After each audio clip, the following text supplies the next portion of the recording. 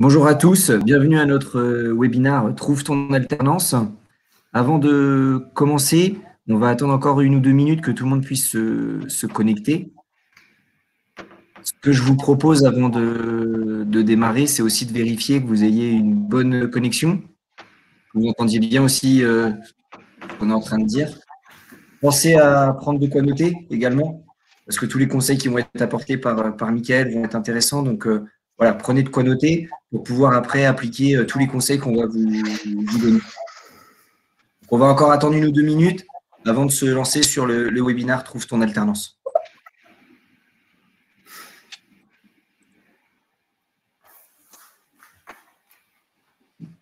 Bonjour Karima, bonjour Kelly, je vois que vous êtes en train de nous écrire des petits messages sur le chat. N'hésitez pas, hein, pareil. Bonjour tout le monde.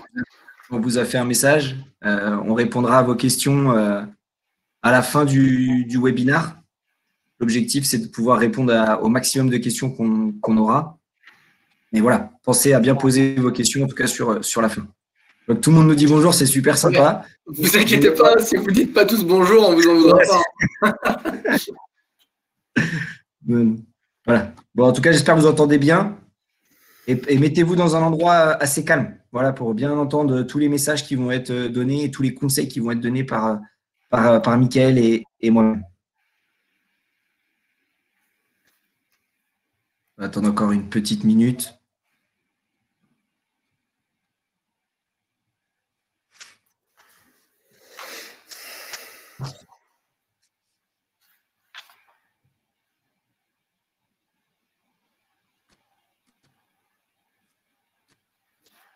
Bonjour à ceux qui sont en train de nous rejoindre. Là, je vois que ça continue à nous dire bonjour.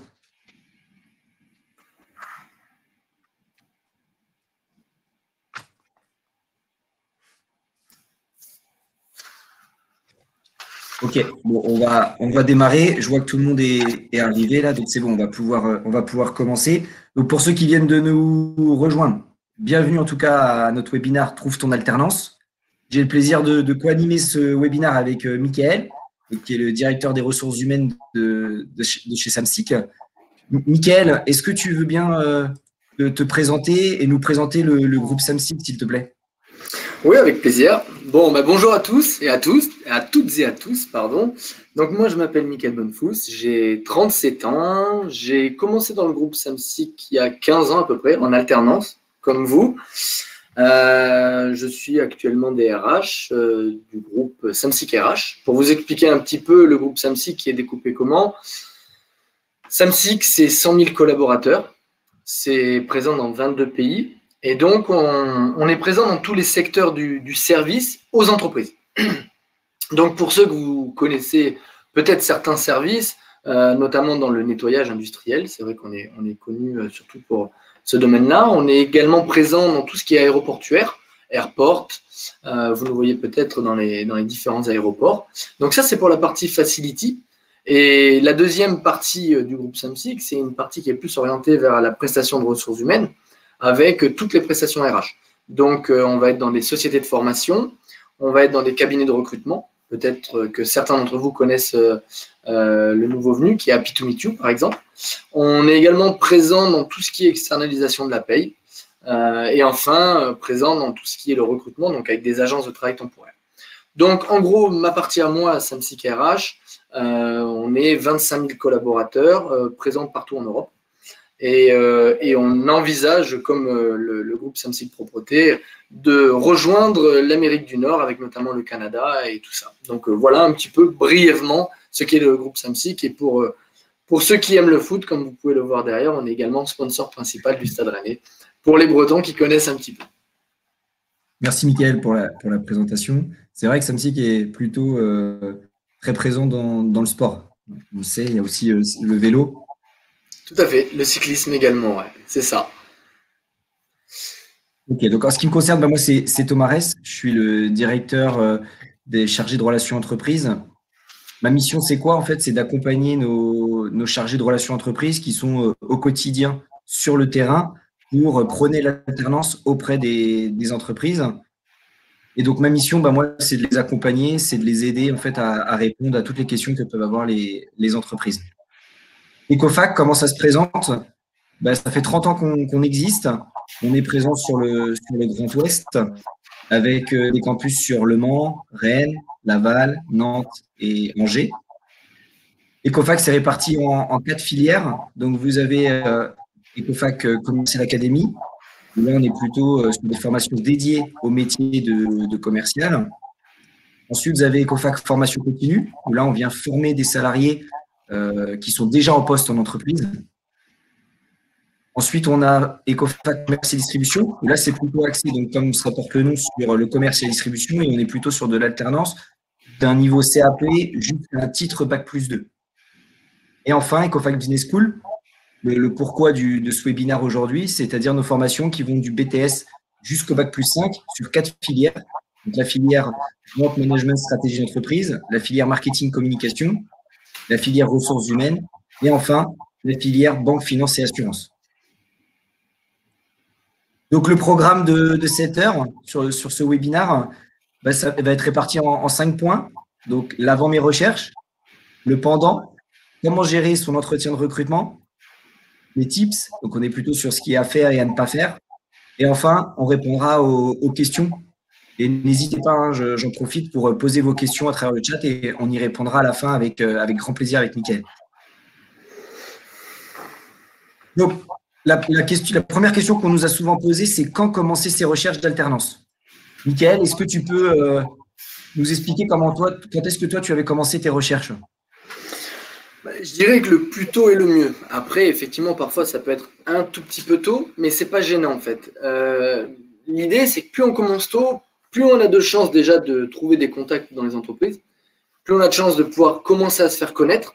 Et ça veut dire que quand tout va s'accélérer et que tout le monde va commencer à venir postuler dans les entreprises, vous aurez déjà un petit temps d'avance parce que les entreprises vous connaîtront déjà, vous aurez commencé déjà à créer peut-être des contacts avec les recruteurs, même s'ils vous ont dit c'est pas encore le moment et tout ça, ils se rappelleront de vous. Donc, le plus tôt c'est le mieux, ça prend du temps de tisser un petit peu sa toile pour trouver des entretiens. Donc, dès maintenant, je dirais, commencez dès maintenant, même si il y a de grandes chances que les périodes de décision ne se fassent pas tout de suite, ça sera quand même très bien de commencer à avoir les premiers contacts et connaître exactement aussi les dates de prise de décision. Comme ça, ça vous permettra d'être au bon moment. Ok, très bien. Donc, du coup, voilà, commencez dès maintenant vos recherches. En parallèle, il faut savoir qu'à Ecofac, nous, on a des sessions d'admission. Les sessions d'admission, en fait, ça vous permet tout de suite de pouvoir rentrer en contact avec une chargée de recrutement et de pouvoir échanger sur votre projet, qu'elle vous conseille sur la bonne formation et qu'on se lance également avec vous sur les recherches d'alternance. Donc, l'avant mes recherches, c'est comment se préparer à la recherche d'alternance. Mickaël, qu'est-ce que tu regardes dans un CV, dans une lettre de motivation et qu'est-ce que tu attends aussi d'un CV et d'une lettre de motivation? Alors, pour être honnête, j'ai un regard totalement différent sur le CV et la lettre de motivation d'un futur alternant que d'un collaborateur qui a 15 ans d'expérience et que je cherche à recruter sur un profil de responsable ou quoi que ce soit. On a bien conscience que vous débutez dans le métier, enfin, peu importe le métier que vous choisissez. Donc, des compétences, des skills ou des compétences spécifiques dans le métier, je ne m'y attends pas forcément. Alors, si vous les avez, bien entendu, il faut les mettre en avant. Alors, c'est une évidence. Mais il y a de grandes chances que vous n'en ayez pas. C'est-à-dire que la majorité, 80% des gens, n'auront pas forcément les connaissances et les compétences professionnelles à mettre en avant. Donc, ce qu'il faut faire, c'est vraiment mettre en avant autre chose. Et donc, la motivation que vous avez pour trouver cette alternance. Et donc, dans un CV, moi, j'attends que la personne mette tout ce qu'elle a pu faire qui serait extrascolaire, en plus de la scolarité, bien sûr, mais tout ce qui serait extrascolaire. C'est-à-dire que toutes les activités professionnelles que vous avez pu avoir au cours de votre vie est importante. Pourquoi? Parce qu'il y a une différence entre la personne qui, pendant les congés d'été, prend 2 à 3 mois de congés d'été et ne fait rien, et la personne qui bosse 2 mois. Pour nous, c'est important. Comme la personne qui va le soir, plutôt que d'être devant la télé et tout ça, en plus de ses cours, va aller travailler, va faire du soutien scolaire, va aller faire du ménage chez quelqu'un. Tout ça, c'est valorisant. Tout ce que vous faites en plus de votre activité d'étudiant est un plus. Et y compris si vous faites du bénévolat, si vous faites je ne sais pas, vous occupez de gamins au sport ou un truc comme ça, il faut le mettre en avant. Tout ça, c'est très valorisant. Et d'ailleurs, c'est un peu là-dessus qu'on commence à choisir. Après, si vous avez des compétences en plus, puisque vous avez déjà fait des stages, mettez-les, c'est toujours un plus. Très bien. Sur la lettre de motivation, Mickaël, est-ce que tu as des conseils aussi à apporter dessus? Je sais que c'est plus trop d'actualité un petit peu aujourd'hui. Oui, c'est vrai que les lettres de motivation sont un petit peu bateau souvent. Non, par contre, ce que j'attends vraiment dans une lettre de motivation, c'est qu'est-ce que vous allez faire comme cursus scolaire? Comment va se passer l'alternance? Est-ce que ça va être 3 jours, 2 jours, une semaine? Quand va commencer l'alternance? Ça, c'est hyper important. Parce que c'est vrai que si jamais moi je recherche maintenant, que je tombe sur votre CV, mais qu'en fait le cursus scolaire commence qu'en septembre, il va y avoir un petit décalage du coup. Donc, ça, il faut vraiment le mentionner. Ça, c'est important. Après, le reste, bon, essayez de vous mettre en avant, essayez de montrer votre motivation, mais elles se ressemblent toutes plus ou moins. Non, moi, je cherche plus des informations précises qui me permettront de m'organiser sur le recrutement. Ok, très bien. Merci, Mickaël. Pour la partie LinkedIn, Mickaël, est-ce que tu veux bien expliquer à nos étudiants ce que c'est déjà et à quoi ça sert et qu'est-ce que ça peut leur apporter? Alors, LinkedIn, c'est un réseau social normalement destiné aux professionnels pour que les professionnels puissent échanger entre eux. Alors, soit pour trouver du travail, mais soit pour partager du contenu, partager de l'actualité ou se tenir informé d'événements, par exemple des événements RH, des événements commerce, des événements… Voilà, tout ce genre de choses. Par exemple, le webinaire de ce soir a été pas mal relayé sur LinkedIn via différentes personnes qui appartiennent au groupe Ecofac et également des personnes qui travaillent pour le groupe Samsic. Donc, tout le monde a relayé un petit peu ça. Donc, c'est un réseau social et qui dit réseau social dit forcément des relations. Et donc, c'est un moyen qui peut être très rapide et très intéressant d'accéder à soit des recruteurs au sein d'une entreprise, soit des décideurs directement, qui peuvent soit avoir des besoins, soit vous mettre en relation avec des gens qui ont des besoins. C'est vrai que c'est déjà arrivé plusieurs fois que des étudiants à la recherche d'une alternance réussissent directement à accéder à mon président et que mon président vient un matin me disant ah, tiens, j'ai eu deux jeunes hier qui recherchent une alternance, vois si on a quelque chose ou vois si ça t'intéresse quoi. Bon, vous avez déjà franchi un cap parce qu'au lieu de passer directement par le service recrutement qui va faire un premier filtre, vous avez directement réussi à obtenir soit le président, soit un RRH, soit un décideur. Et donc, vous avez franchi une première étape et ça vous met en relation directement.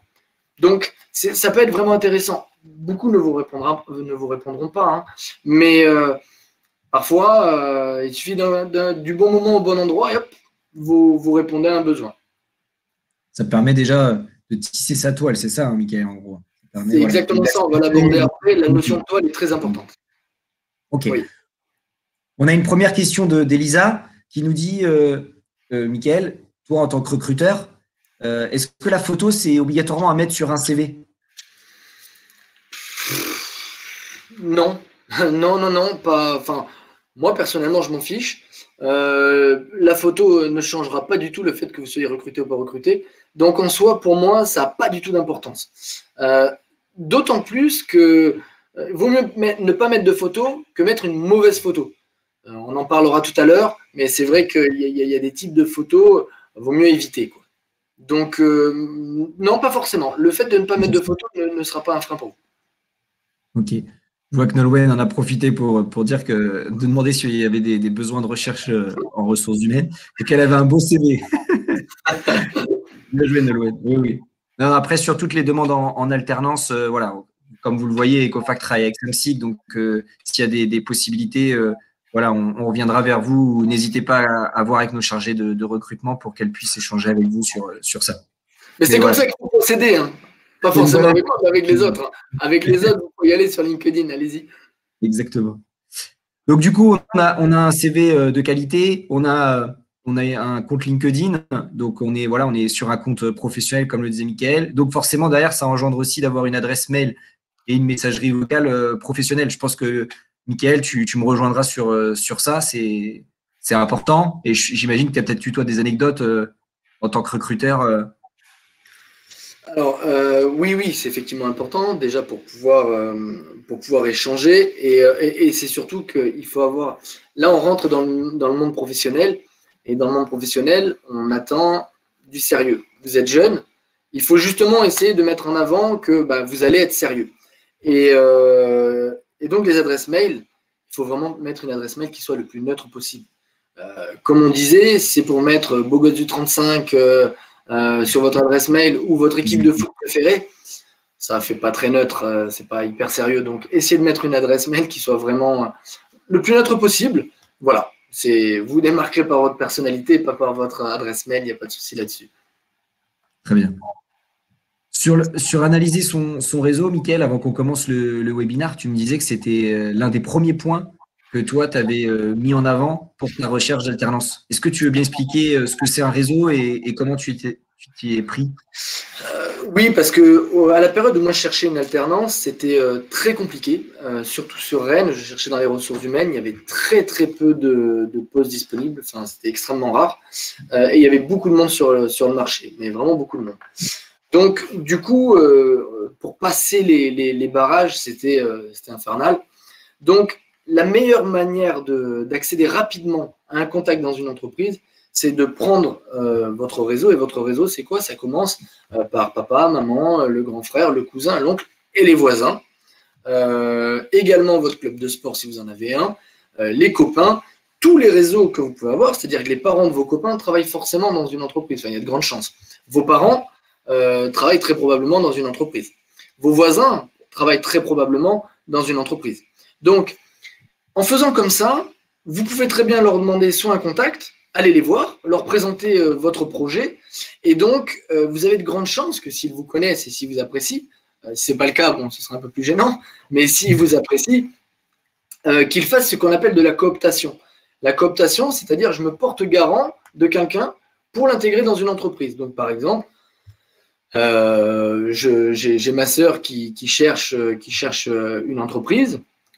À défaut de la proposer à Samsic, j'ai des amis qui sont DRH dans d'autres sociétés, je vais les appeler, leur dire voilà, je connais quelqu'un qui pourrait venir, je me porte garant, cette personne fera du bon boulot et aura un savoir-vivre qui passera bien. Donc en faisant comme ça, vous avez déjà quelqu'un en interne qui vous appuie. C'est totalement différent que de se retrouver, d'envoyer votre CV et d'attendre une réponse. Vous voyez, la donne est totalement différente. Et il faut faire cette démarche le plus large possible. Donc, vous avez des amis, demandez à vos amis où travaillent leurs parents et donnez-leur leur CV. Et en faisant comme ça, c'est comme ça que j'ai vu le plus de réussite, de toute manière. C'était, en tout cas, les premiers contacts. C'est comme ça que ça avait procédé. Et puis après, j'avais été aussi via le sport. J'avais été voir dans mon club de foot. Et il y avait des sponsors tout autour du terrain. Ben, j'avais été voir mon club. Je leur avais dit, bon, s'ils sont sponsors, c'est que vous avez des contacts dans ces entreprises. Donc, est-ce que vous pouvez me mettre en contact avec eux? Alors, certains, ils ont accepté. Ils m'ont mis en contact. Je leur ai vendu mon projet, ce que je voulais faire. D'autres m'ont dit non, mais ils ont pris mon CV, ils l'ont distribué. Et du coup, ça permet à faire ce qu'on appelle un effet un peu boule de neige et avoir des contacts un petit peu partout. Et du coup, ça vous permet parfois d'obtenir des entretiens et de pouvoir aller vous vendre, quoi. Ok, super. Donc, pensez bien à ce que je disais tout à l'heure au démarrage, pensez bien à prendre en note toutes les informations que Mickaël vous donne. Odeline, on a vu ta question. On va y répondre tout à l'heure à travers le webinaire, donc on pourra te donner la réponse. Donc, une fois qu'on est prêt, en fait, voilà, on n'a plus qu'à, avant de se lancer, il ne reste plus qu'une chose, c'est de maîtriser son pitch et de s'entraîner. Mickaël, comment tu faisais, toi, pour t'entraîner? C'était quoi tes petites astuces? Alors, moi, je m'entraînais avec mon père. Il était terrible sur les recrutements, il ne laissait rien passer. Donc, en fait, mon objectif, c'était de me mettre dans les conditions les plus compliquées, les plus difficiles, en préparation, pour que le jour de l'entretien, je sois le moins déstabilisé possible. Et donc, c'est pour ça que je prenais mon père, parce que je savais qu'il était redoutable là-dessus, pour me déstabiliser. Et donc j'allais vers des gens avec qui je n'étais pas à l'aise pour répéter. Il n'y a pas de secret. La répétition, ça vous entraînera, ça vous permettra de créer une habitude dans quelque chose qui est nouveau pour vous. Et les entretiens, on ne va pas se mentir, c'est très déstabilisant, c'est très compliqué et c'est assez stressant. Donc, le fait de répéter, si possible avec des gens qui ne vous mettent pas à l'aise, c'est le meilleur moyen. Et donc, après, je préparais aussi tout ce qui peut être questions compliquées, tout ce qui peut me déstabiliser pendant l'entretien. J'essayais d'avoir un panel de réponses automatiques. On le verra tout à l'heure, on l'abordera, qui me permettent de rester focus dans mon projet et dans la présentation de ce que je voulais faire. Alors, je vois qu'il y a quelques questions, du coup. Oui, il y a des questions qui apparaissent en parallèle. Donc, Fatimetou qui nous dit: quel conseil donnez-vous à une personne qui était en alternance pendant 1 an, mais déçue de l'apprentissage via l'alternance? Alors, je vais essayer de répondre via ce que je comprends. Ça veut dire que l'alternance n'a pas été un succès dans l'entreprise, hein, je suppose. Si c'est le cas. Ouais, c'est ça, c'est ce que je comprends aussi. Alors, l'alternance, c'est comme toute expérience professionnelle. C'est-à-dire que vous pouvez être ravi comme vous pouvez être déçu, mais que ce soit en alternance ou pas en alternance. Vous pouvez très bien aller faire un CDD ou un CDI dans une entreprise et que ça ne se passe pas bien du tout. Ouais. Il y a autant d'expérience que d'entreprise. Donc, vous pouvez. C'est pas parce que dans une entreprise ça s'est pas bien passé que dans une autre ça ne va pas bien se passer. Vous avez plein d'exemples autour de vous de gens qui s'éclatent en alternance. Vous avez plein d'entreprises qui sont très bienveillantes et qui ont envie de transmettre leur savoir. Je pense que nous ici, on a eu beaucoup d'alternants. Je pense que tu peux attester, Thomas, si on faisait un questionnaire sur les gens qui sont venus en alternance chez nous. Je pense qu'ils se sont tous beaucoup amusés. D'ailleurs, ils veulent tous rester à la fin. Et aujourd'hui, ils ont tous de très bons postes, alors qu'ils n'ont eu que 2 ans d'alternance. Et ils ont des très, très bons postes. Ça dépend. Si jamais c'est une mauvaise expérience dans une entreprise, changez. Si ça ne vous plaît pas, essayez dans une autre entreprise. Et vous verrez qu'il y a plein d'entreprises où ça peut très, très bien se passer. Il ne faut pas s'arrêter. Si on s'arrête au premier échec, c'est comme tout d'ailleurs dans la vie. Si on s'arrête au premier échec, malheureusement, on risque de ne pas forcément avancer. Donc, je vous encourage vraiment à recommencer. Et puis, à un moment donné, vous trouverez votre place, vous trouverez l'entreprise qui vous convient, j'en suis convaincu. Donc, j'aurai 26, on ne va pas répondre à tout, on va essayer de répondre à 2-3, mais j'aurai 26 ans pour la rentrée de septembre. Oui, Magali qui dit pareil, j'aurai 36 ans. À partir de 26 ans, ça peut effectivement être un frein pour les entreprises pour une simple et bonne raison, c'est que le coût n'est plus le même. Et donc là, c'est qu'une question de budget. Je ne suis pas dans le budget de toutes les entreprises, mais il faut reconnaître que certaines entreprises ont un budget bien déterminé. Et si ça sort de leur budget, ça peut être un frein. Voilà. Oui. Voilà, exactement. Je pense que ce qu'il faut mettre en avant, en tout cas pour ceux qui ont 26 ans ou plus, c'est aussi toute l'expérience professionnelle. Ce que disait Mickaël tout à l'heure, c'est vrai que sur la 18, 19, 20 ans, on n'a pas forcément beaucoup d'expérience, ou en tout cas peu d'expérience. Vous, ça va être l'inverse. Vous allez avoir de l'expérience professionnelle. Donc, du coup, c'est ce qu'il va falloir mettre en avant auprès des entreprises. Mais c'est vrai que voilà, potentiellement, c'est un petit peu plus compliqué. Mais voilà, on en a dans nos établissements qui sont des personnes qui ont 26 ans ou plus et qui ont réussi à décrocher une alternance. Donc, non, il faut rester mobilisé et motivé. Et puis, pareil, on pourra aussi vous accompagner par rapport à ça. On va avancer dans le webinaire et puis on répondra à la fin à toutes les questions. Voilà, je vois qu'il y en a d'autres qui arrivent, mais voilà, on va continuer à avancer. En plus, ça va répondre à certaines des questions que je vois apparaître.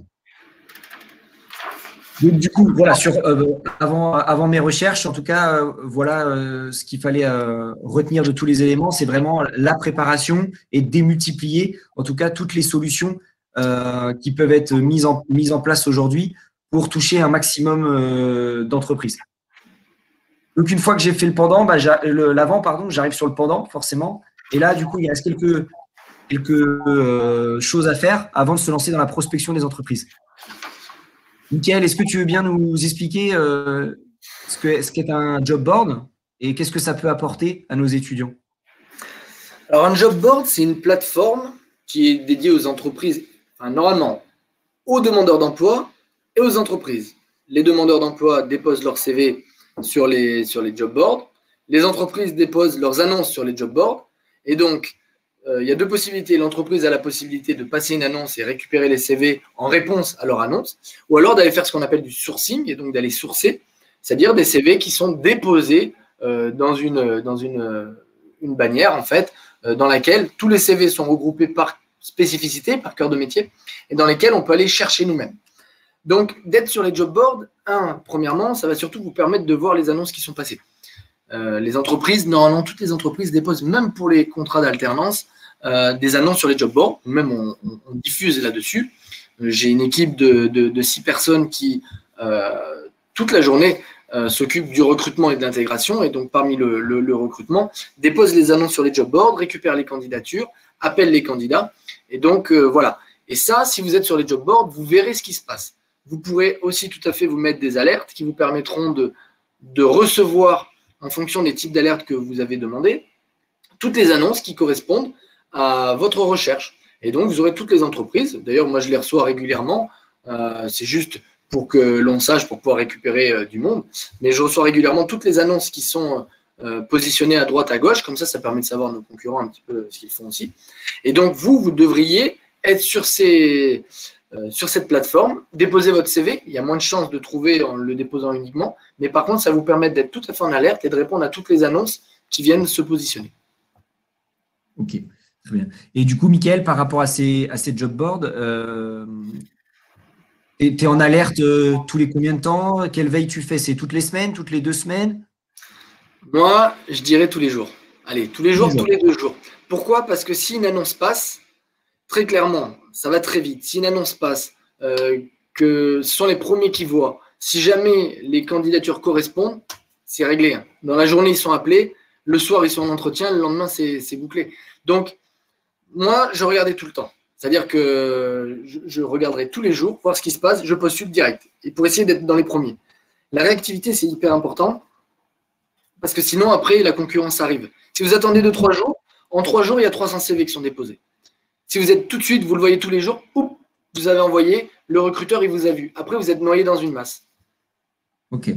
Et du coup, quand tu es en veille sur les réseaux, du coup, tu vois des annonces. Au niveau de la prospection des entreprises, qu'est-ce que tu penses d'appeler les entreprises ou de se déplacer pour aller voir les entreprises pour essayer de se différencier plutôt que d'envoyer seulement son CV? Tout à l'heure, je parlais de toile. Il fallait tisser sa toile. Donc, on a le réseau d'un côté, on a les job boards, comme on vient de le dire. Il faut multiplier vos chances.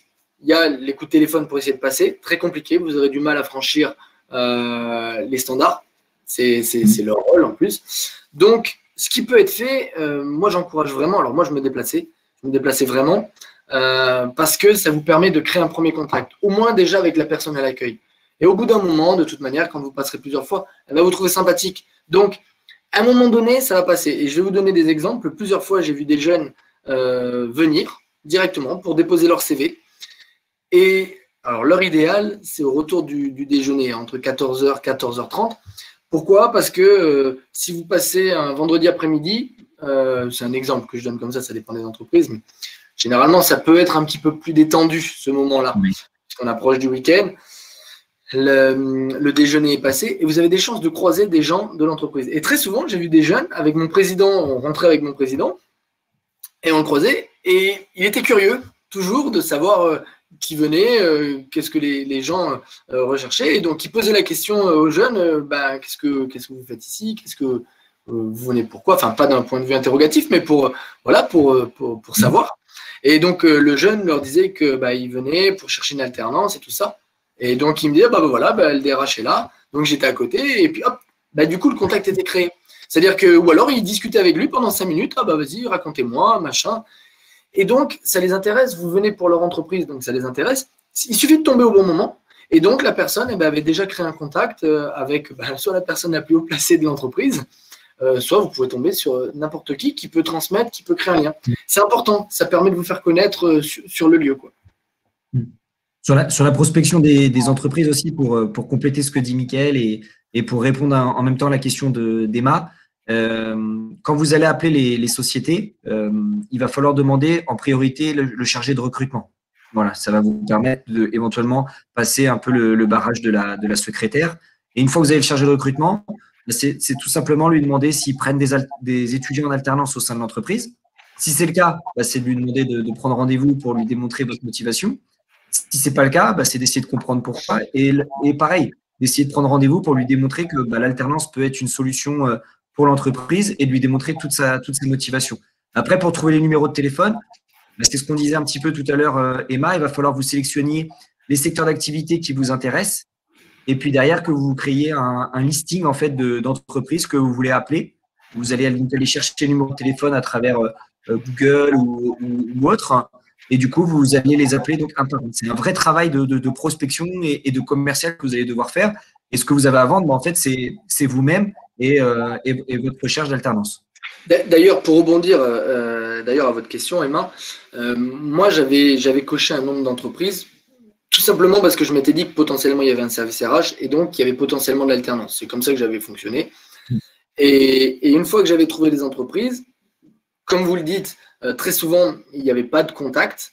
Et donc je m'étais dit, bon ben voilà, maintenant il faut que je trouve quelqu'un qui connaisse quelqu'un qui travaille là-bas. Et c'est comme ça vraiment que je m'étais dit, il faut absolument que je connaisse quelqu'un. Et donc je demandais à tout le monde, est-ce que tu connais quelqu'un qui travaille dans telle entreprise? Ou est-ce que tu connais quelqu'un? Il y a toujours quelqu'un qui a un contact, dans cette entreprise-là. C'est quasi obligatoire. Donc, à 5 personnes près, vous êtes quasiment sûr de trouver. Donc, ça peut vous aider. Après, vous avez aussi sur LinkedIn, justement, on en parlait tout à l'heure, si vous avez ciblé telle entreprise, les chargés de recrutement sont systématiquement sur LinkedIn. C'est obligatoire, puisqu'on recherche dessus. On est obligé d'être présent. Donc, vous allez trouver un contact là-bas. Vous allez obligatoirement trouver un contact sur LinkedIn. Voilà. Mais ce qui est important, Emma, c'est ce qu'on disait tout à l'heure, c'est de préparer. Donc, préparez bien les phrases que vous voulez et l'approche que vous voulez avoir au téléphone pour être plus à l'aise et du coup qu'on sente moins, comme vous dites là dans votre message, la mauvaise image. Voilà. Si vous êtes à l'aise, qu'il y a le sourire et tout ça, bah, du coup, ça va être beaucoup plus simple et vous allez réussir à passer un peu le barrage secrétaire que disait Michael et ça va vous amener au recruteur. Et puis après, bah, voilà, vous posez les 2-3 questions que vous avez à lui poser par rapport à ses besoins ou non en alternance. Merci, Mickaël, pour en tout cas la partie prospection. Après, du coup, bah, ce que disait Mickaël par rapport à LinkedIn, c'est aussi valable pour les forums et les salons de l'emploi, hein, même si dans ce contexte un petit peu particulier, bah, voilà, c'est un peu plus difficile. Il reste quand même des salons de l'emploi, des forums qui sont mis en place, même à distance. Donc voilà, soyez en alerte, regardez ce qui se fait pour pouvoir, bah, encore une fois, démultiplier vos chances. Pardon. Alors, Kelly qui nous dit, est-ce mal vu par certains recruteurs de prendre contact sur LinkedIn en privé? On ne sait jamais comment ils peuvent réagir. Mickaël, comment tu vois ça, toi? Honnêtement, un recruteur, il est là pour recruter. Donc, privé, pas privé, il n'y a pas de problématique. Donc, vraiment, très souvent, en plus, alors après, ça dépend, mais normalement, ils ont une page employeur, mais avec leur propre nom. Et après, si c'est privé, ben, c'est privé, hein, c'est pas grave, ça se tente. Hein. Non, clairement, si la personne le prend mal, ben, elle ne vous répond pas. Et puis voilà. Non, je suis pas. C'est toujours une question d'approche. À vous d'avoir une bonne approche aussi. C'est-à-dire que la grosse problématique de LinkedIn, et je le vois tous les jours, c'est qu'on est pollué par des demandes tous les jours de commerce, business, de gens qui nous proposent leurs services, de trucs comme ça. Peu de personnes qui cherchent un poste. Pour le coup, c'est pas non plus ce qu'il y a. Donc, si jamais il y a quelqu'un qui veut chercher, il faut qu'il arrive à avoir une approche un peu plus sympathique que l'approche commerciale un peu trop touchy en fait. Il faut mettre un peu d'humain là-dedans en disant voilà, je me suis permis de venir vers vous, je ne veux pas vous déranger, mais c'est vrai que j'essaye de trouver une alternance et donc voilà, c'est l'approche. Si jamais vous y allez avec une approche qui est correcte, et je vois, c'est ça, oui, c'est ça, c'est surtout de trouver la bonne approche. Kelly qui nous répond ça, c'est exactement ça. Une approche qui passe du savoir-vivre et d'être poli et tout ça, et ça passera toujours. Oui, et puis n'oubliez pas, voilà, comme dit Mickaël, sur LinkedIn, il y a beaucoup de demandes qui sont faites. Donc, vous n'arrêtez pas forcément non plus qu'à LinkedIn. Voilà, vous avez fait la demande sur LinkedIn, vous savez le poste de la personne, dans quelle entreprise il est. Donc, n'hésitez pas à la rigueur sur Google, de récupérer le numéro de téléphone et puis d'appeler l'entreprise et demander à parler à monsieur Untel. Et puis, vous aurez peut-être une possibilité de l'avoir de cette façon-là si vous n'avez pas eu de retour sur LinkedIn. Comme on disait tout à l'heure, encore une fois, sur la toile, il faut démultiplier pour maximiser les possibilités. On va du coup avancer.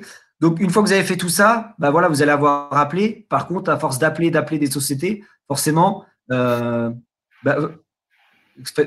Fatimito qui dit sans faire pitié. Oui, oui, effectivement. Oui. Non, pas non plus. Mais voilà, le but, c'est ça, c'est de démultiplier, de maximiser les chances en tout cas. Donc, il faut mettre un maximum de chances de votre côté. Donc, tenir l'outil à jour Ecofax, c'est quoi? En fait, à Ecofax, il faut savoir qu'on a un tableau qui est mis à disposition. Donc, vous pouvez le demander à la chargée de recrutement qui vous suit. Voilà, et c'est un tableau qui vous permettra en fait de rentrer le nom, le prénom, le téléphone, le contact de la personne et surtout de savoir à quelle date vous devez la relancer. Parce qu'à force d'appeler et de prospecter les entreprises, vous allez avoir beaucoup de relances à effectuer. Et à un moment donné, d'avoir un tableau de suivi, ça vous sert de ne pas louper en tout cas la relance qui était effectuée et de ne pas louper une possibilité d'alternance. Donc, n'hésitez pas en tout cas à demander ce tableau à disposition de nos chargés de recrutement et de le renvoyer. Ça, c'est important aussi toutes les 3 semaines pour qu'elles puissent vous accompagner dans ces recherches. Sachant que c'est, voilà, comme on est nous assez reconnus sur le bassin et sur le Grand Ouest, c'est peut-être des entreprises qu'on a l'habitude d'avoir au téléphone. Et donc derrière, on peut aussi prendre des relais et recontacter ces entreprises pour aussi leur donner notre point de vue vis-à-vis de votre profil. Voilà, et du coup, peut-être débloquer une situation et décrocher pour vous, en tout cas, un entretien. Pareil, sur toute la partie prospection, faut savoir qu'à Ecofac, on a aussi des ateliers qui sont mis en place pour vous aider à créer votre pitch téléphonique, pour vous aider à travailler en tout cas sur comment passer le barrage secrétaire. Donc, n'hésitez pas avec votre chargé de recrutement à demander à vous inscrire sur ces ateliers pour que du coup, encore une fois, ça vous apporte un maximum de conseils. Et je rebondis sur le sans faire pitié, mais très honnêtement, ça permet de faire passer le barrage, on s'en fout. Hein. Non, mais clairement. Oui, c'est sûr. C'est sûr. Il n'y a que la finalité qui compte. Donc, alors là, on met son ego de côté. Et le but, c'est de franchir les étapes et de pouvoir montrer à la personne qui va recruter, qui va décider, tout ce que vous avez dans le ventre. Donc, le but, c'est d'y arriver. Donc, après bien entendu, hein, ça m'a fait sourire, mais il n'y a que la fin qui compte. Hein, donc, il faut franchir les étapes, il faut y arriver, quoi qu'il arrive. Voilà. Ouais, c'est ça. Elisa, on va répondre à ta question juste après parce que du coup, c'est en lien avec le webinaire.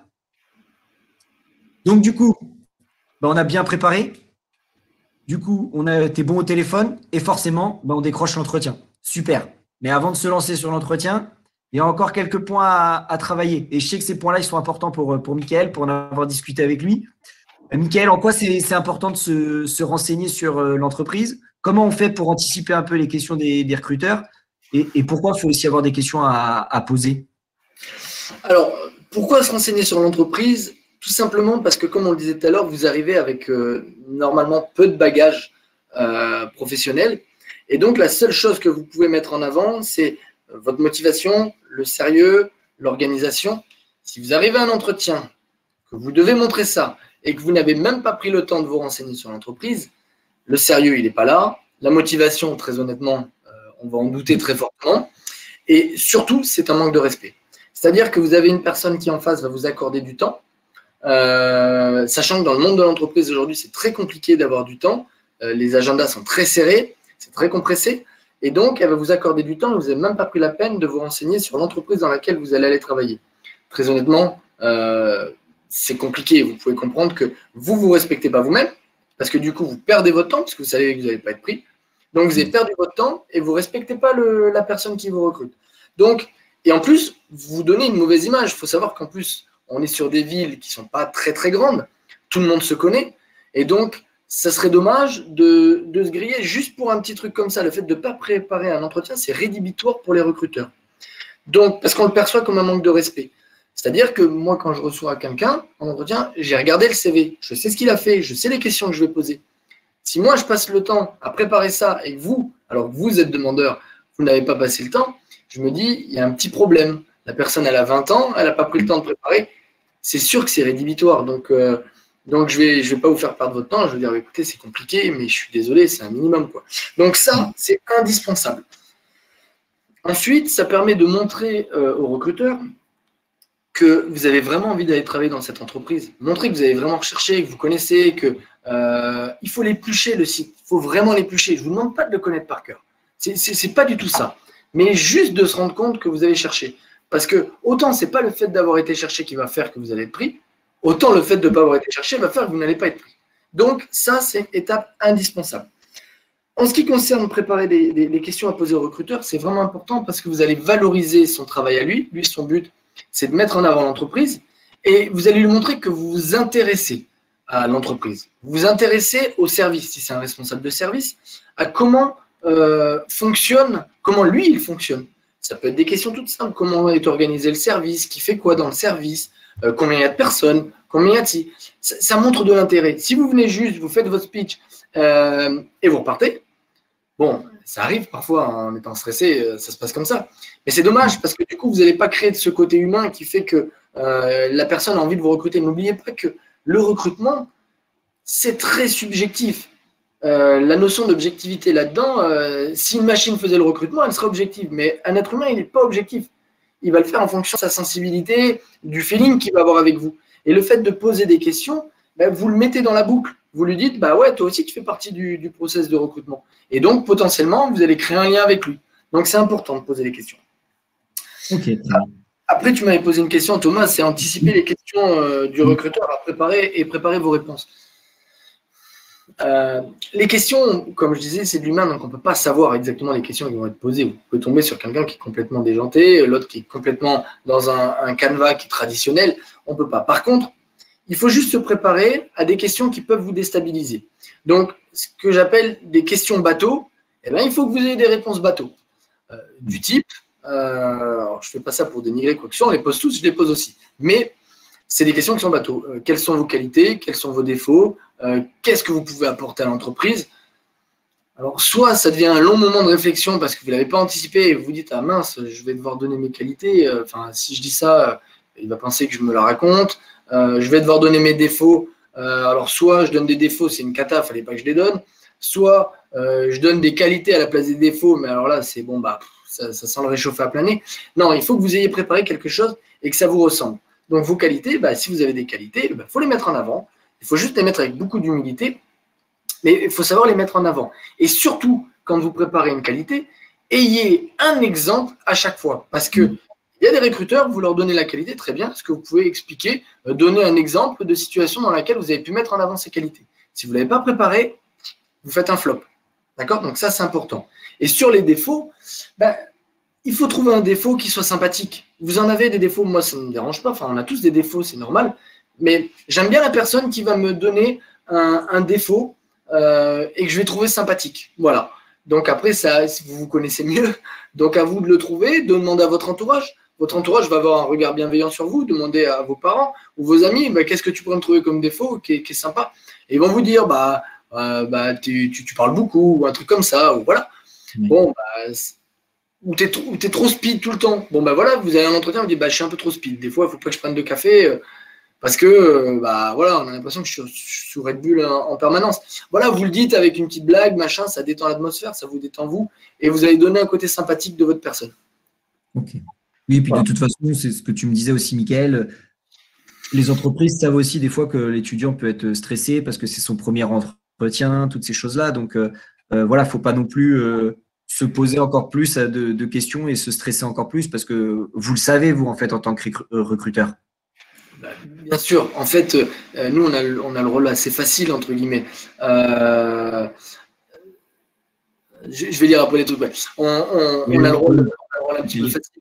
Parce que du coup, nous, on reçoit les gens. Vous allez être stressé, c'est normal. On le sait, c'est logique. Un bon recruteur, il est là quand même pour vous mettre en confiance. Vous êtes jeune, ce n'est pas le but de vous mettre en état de stress complet. Alors, il y en a qui le font, mais parce qu'ils ne savent pas mener les entretiens, mais voilà, c'est logique d'être stressé.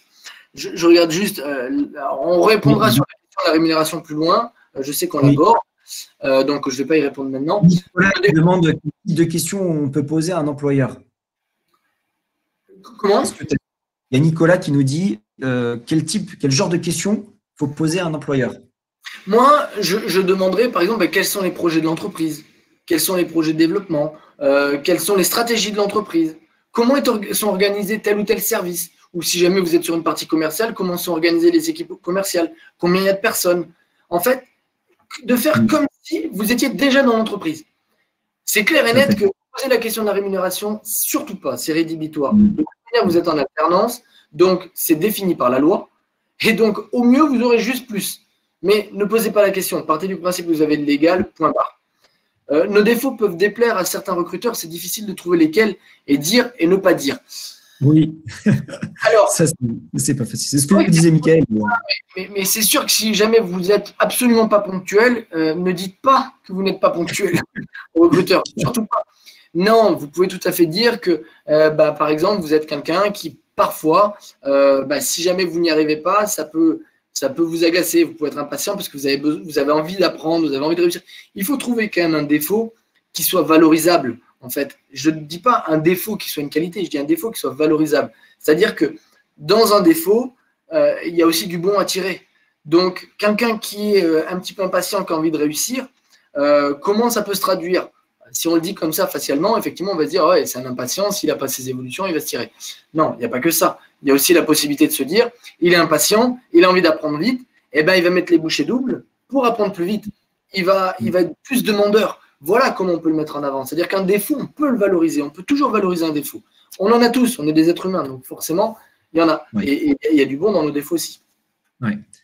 Pour compléter aussi par rapport à ce que demandait Nicolas, je pense qu'aussi de demander si dans l'entreprise il y a déjà des alternants, est-ce qu'il y a des semaines, comment ça se passe pour l'intégration d'un alternant. Voilà, c'est important aussi de le savoir et puis ça permet de se projeter également, comme disait Mickaël, avec l'entreprise. Sur la rémunération, Elisa, on va le voir plus tard, mais voilà, comme dit Mickaël, il y a un minimum légal, donc ça ne sert à rien. Souvent, l'entreprise le sait déjà, surtout quand vous voyez des recruteurs, généralement, ils connaissent les barèmes.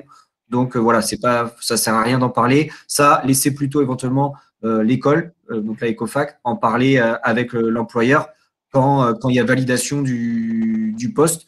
Mais voilà, ça ne sert à rien d'en parler à côté parce qu'on respecte ce qui est le minimum légal qui est imposé.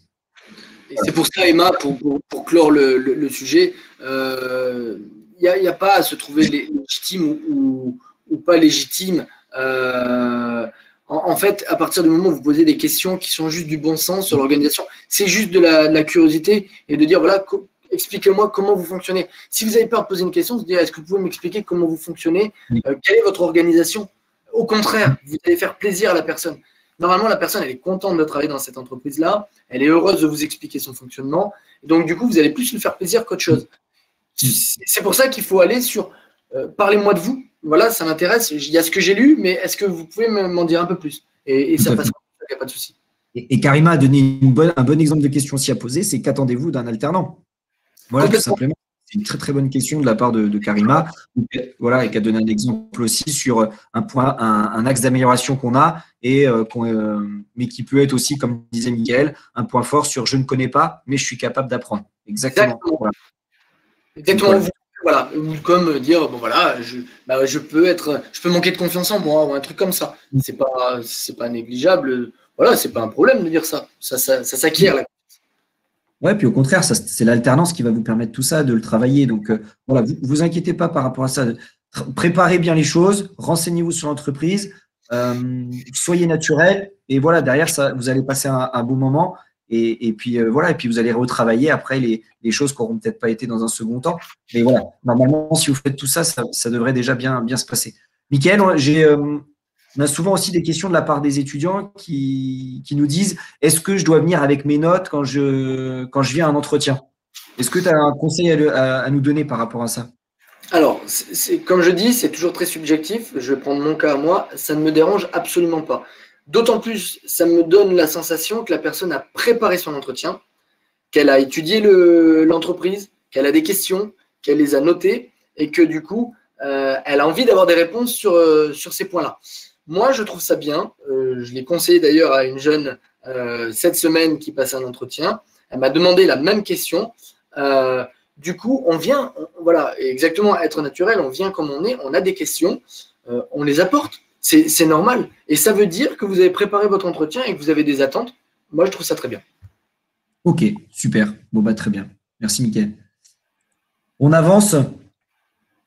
Oui, effectivement, Karima, pas tout rédiger, voilà, juste des mots-clés. Après, voilà, ça dépend un petit peu, voilà, votre façon de travailler. Mais en tout cas, ça peut vous aider aussi à être une trame, en tout cas, pour votre entretien. Donc, c'est bien de venir avec vos notes. Et puis, comme dit Mickaël, c'est plutôt aussi bien vu et valorisant parce que vous avez préparé. Donc, vous donnez de l'intérêt à l'entreprise que vous venez voir. Donc, tout à fait. Donc, je décroche un entretien. Ça y est, on est le jour J. On y va. Donc, forcément, on est content. Donc, on a la forme. Et par contre, il faut avoir une tenue professionnelle exigée. Mickaël, c'est quoi une bonne tenue professionnelle? Parce que des fois, c'est pareil, les étudiants se posent un peu des questions par rapport à ça.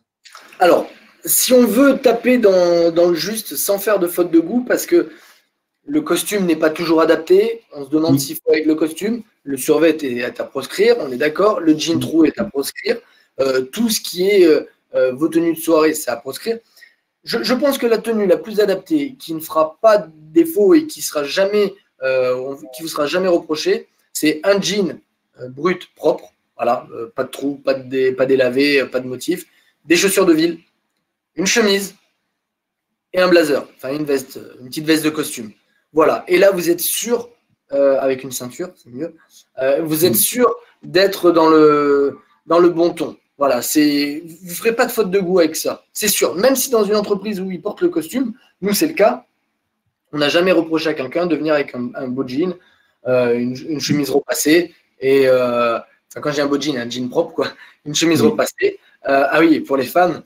Non, parce qu'il y a quelque chose qui le dit pour les femmes. Par contre, évitez le jean basket, quoi, c'est clair et net. Le jean basket, il faut juste des chaussures. Je ne veux pas du tout être dans le cliché ou quoi que ce soit, mais un pantalon avec des chaussures fermées. Alors, il y a de tout. Il faut juste que ça fasse classe, c'est tout. Un jean avec des chaussures de ville, ça passe très bien. Et une petite chemise, ça passerait bien pour une femme ou un pull s'il fait froid, enfin peu importe. Le tout, c'est d'éviter le côté mode. Voilà. La mode, c'est pour en dehors du travail. Mais pour les hommes, ça passe très bien. Chemise, jean, chaussures et veste, ça passe toujours. Et même dans une entreprise, on possède des costumes. Pour une femme, ça a toujours été un peu plus facile, le dress code pour une femme. Mais je vous dis, évitez le jean basket, quelque chose de classe. J'ai les cheveux longs pour moi, il sont préférable que je les coupe. Ouais. Non, on ne va pas vous demander de couper vos cheveux parce que vous avez les cheveux longs. Ah, c'est qui? Ah, c'est Nicolas. Non, on ne va pas vous demander de forcément mocassin pour les femmes. Oui, très bien, mocassin pour les femmes. Alors, les cheveux longs, on ne va pas vous demander, on ne rentre pas à l'armée, hein, on ne va pas vous demander de couper vos cheveux. Parce que, on ne va pas vous demander de changer non plus par rapport à ça. Non, faut. Voilà. Non, vous avez des cheveux longs. C'est pas un problème. Pour les femmes, ce qui est important, c'est voilà, veste de tailleur, un petit chemisier, voilà, une tenue assez sobre en tout cas. Mais voilà, ce qu'il faut, voilà, quelque chose, comme dit Elisa, quelque chose de classique. Après, paire de boutons, talons, voilà, j'ai pas tous les noms de chaussures pour femmes, mais voilà, en tout cas, voilà, quelque chose qui fait pro et qui est propre surtout. Voilà, pas abîmé, pas sale, c'est important. Voilà. Et ce que je retiens par contre, ce qu'a dit Mickaël, très important, c'est voilà, les jeans troués, tout ça, c'est à bannir. Et ça, on le voit trop encore lors des entretiens. Donc ça, voilà, Mickaël en a parlé dès le début, c'est pas anodin, hein, comme par hasard. Voilà, ça, s'il vous plaît, on oublie. Alors, il y a une question qui vient d'être posée, la notion des tatouages. Et je vais vous dire, ça dépend tout simplement de la personne que vous avez en face. Si vous avez un RH qui est tatoué, ça peut passer. Non, ce que je vous encourage vraiment, c'est que les tatouages visibles, c'est de les cacher. Parce que vous ne savez pas. Vous ne savez pas sur qui vous tombez. Après, vous êtes dans l'entreprise, voilà. Mais c'était une des questions. Voilà. Moi, j'aime bien les tatouages. Mais par contre, je m'étais toujours interdit de faire des tatouages qui soient visibles parce que je ne savais pas comment professionnellement ça pouvait agir. Et quand j'avais des amis ou des proches qui me demandaient pour les tatouages, je leur disais cache-les. Tout simplement parce qu'on ne sait pas comment vont réagir les gens. Voilà. Donc, vaut mieux les cacher. Oui, tout à fait. Du coup, au niveau de rien, Soria, de rien. Du coup, au niveau des CV, Mickaël, tu disais la dernière fois que c'était important d'apporter plusieurs exemplaires parce que des fois, on sait que le dirigeant, comme le recruteur, est occupé. Et donc, du coup, c'est bien d'en avoir en plusieurs. Est-ce que tu peux nous expliquer pourquoi? Ouais, c'est vraiment important parce que, alors, un chargé de recrutement, il l'aura. Là-dessus, normalement, il l'aura. Par contre, c'est vrai que dès que vous allez sur les responsables de service, les directeurs, ce genre de profil, moi, ça m'est arrivé plusieurs fois d'avoir un entretien. J'arrivais de l'aéroport, j'étais à l'ouest complet, j'avais pas le CV, j'avais rien du tout, j'avais pas eu le temps de passer par le service recrutement, mais je savais que j'avais mon entretien. J'arrive juste pile poil 5-10 minutes avant pour poser mes affaires. La personne vient sans CV. On fait comment?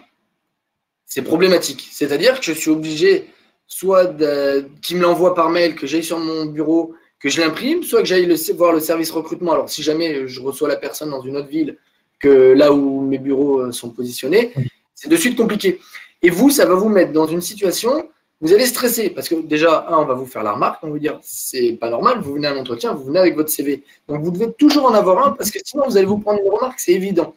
Et vous allez commencer en vous disant bon, bah ça part pas bien, j'ai pas fait ce qu'il fallait, et en plus j'ai pris un petit tir dès le début. Ça va pas vous mettre dans les meilleures conditions. Donc vous venez avec vos CV, c'est pas la peine de montrer que vous avez la pile de CV, vous avez votre pochette, vous ouvrez votre pochette plastifiée, vous sortez un CV, clac, voilà, c'est donné, et ça fait sérieux. Moi j'avoue, j'aime bien quand quelqu'un vient et m'apporte le CV.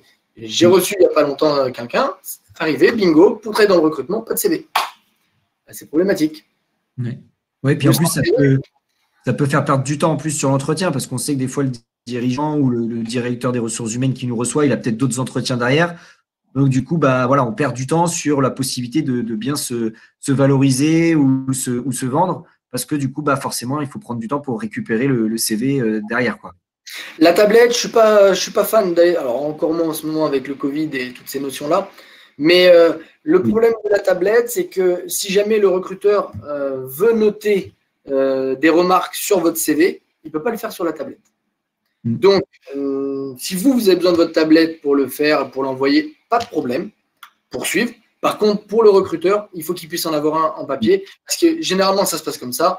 Je prends mes notes, j'ai pris les notes, je retourne au service recrutement, clac, voilà. Approfondissez ces trucs-là, appelez les anciens employeurs. Si jamais vous avez des employeurs d'été, on va les appeler quand même. Faites un contrôle de ref. Mais voilà, donc du coup, moi, je conseille de venir avec un CV papier. Oui, c'est mieux, ouais, effectivement. Alors, Mathilde disait combien de temps il faut arriver avant un entretien? On va y répondre, Mathilde. Michael, est-ce que tu veux bien nous parler de ton anecdote quand tu as été passer un entretien à Nantes, là? Et qu'est-ce qui s'est passé? Alors, moi, j'encourage vraiment, ça va rejoindre 2 points. Le combien de temps avant et le pourquoi préparer l'entretien et se renseigner sur l'entreprise. Bon, j'étais plus jeune, c'était les débuts des entretiens que je faisais. J'avais un entretien à Nantes, effectivement. Je n'avais pas prévu aussi suffisamment large. J'ai été serré. Je suis arrivé 10 petites minutes avant. Moi, je pense qu'il vaut mieux arriver un bon quart d'heure avant pour être tranquille, avoir le temps de se poser et décompresser. Voire même prévoir plus large, parce que si jamais vous avez un embouteillage ou un truc comme ça, c'est pas terrible. Ça va vraiment pas faire bon effet. Donc, il faut prévoir assez large, surtout que, on le disait, à Samsic, par exemple, si quelqu'un vient faire un entretien à Samsic, vu la taille des locaux, vous allez aller à une entrée, on va vous dire, ah ben non, c'est pas tel bâtiment, c'est tel autre bâtiment. Vous avez perdu 5 minutes, facile, 5 minutes. Donc, du coup, vous mieux prévoir très très large. Moi, ce qui s'était passé, c'est que j'étais allé à Nantes, il y avait eu un petit peu de monde, j'avais dû speeder. Nantes, je ne connaissais pas trop la ville. Et je me suis rendu compte, il y avait le tram, c'est compliqué, il y avait des ronds-points partout et tout ça.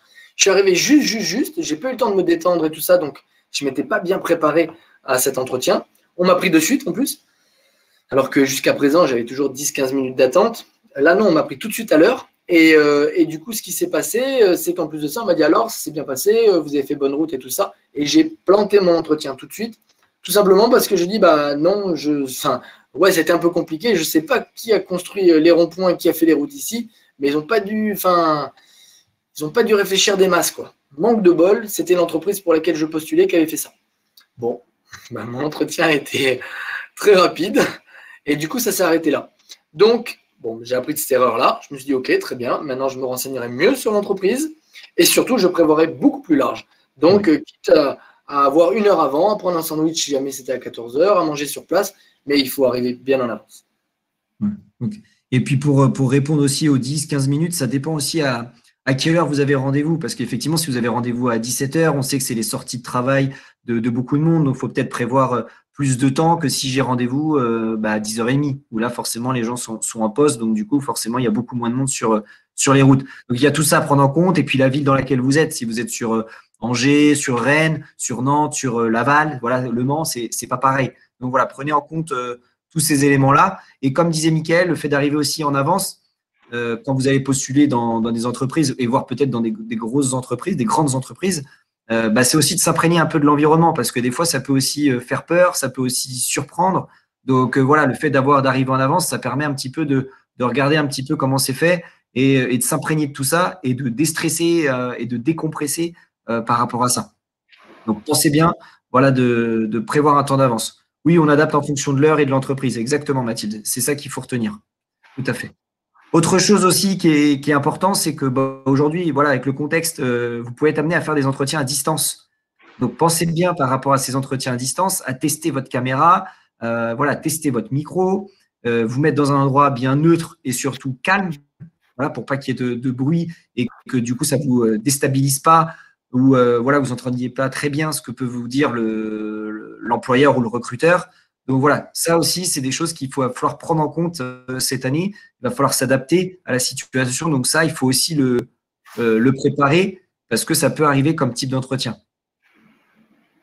Michael, est-ce que tu veux rebondir par rapport à ça, sachant qu'il y a Soraya qui nous dit si on n'a pas de caméra, est-ce que c'est problématique?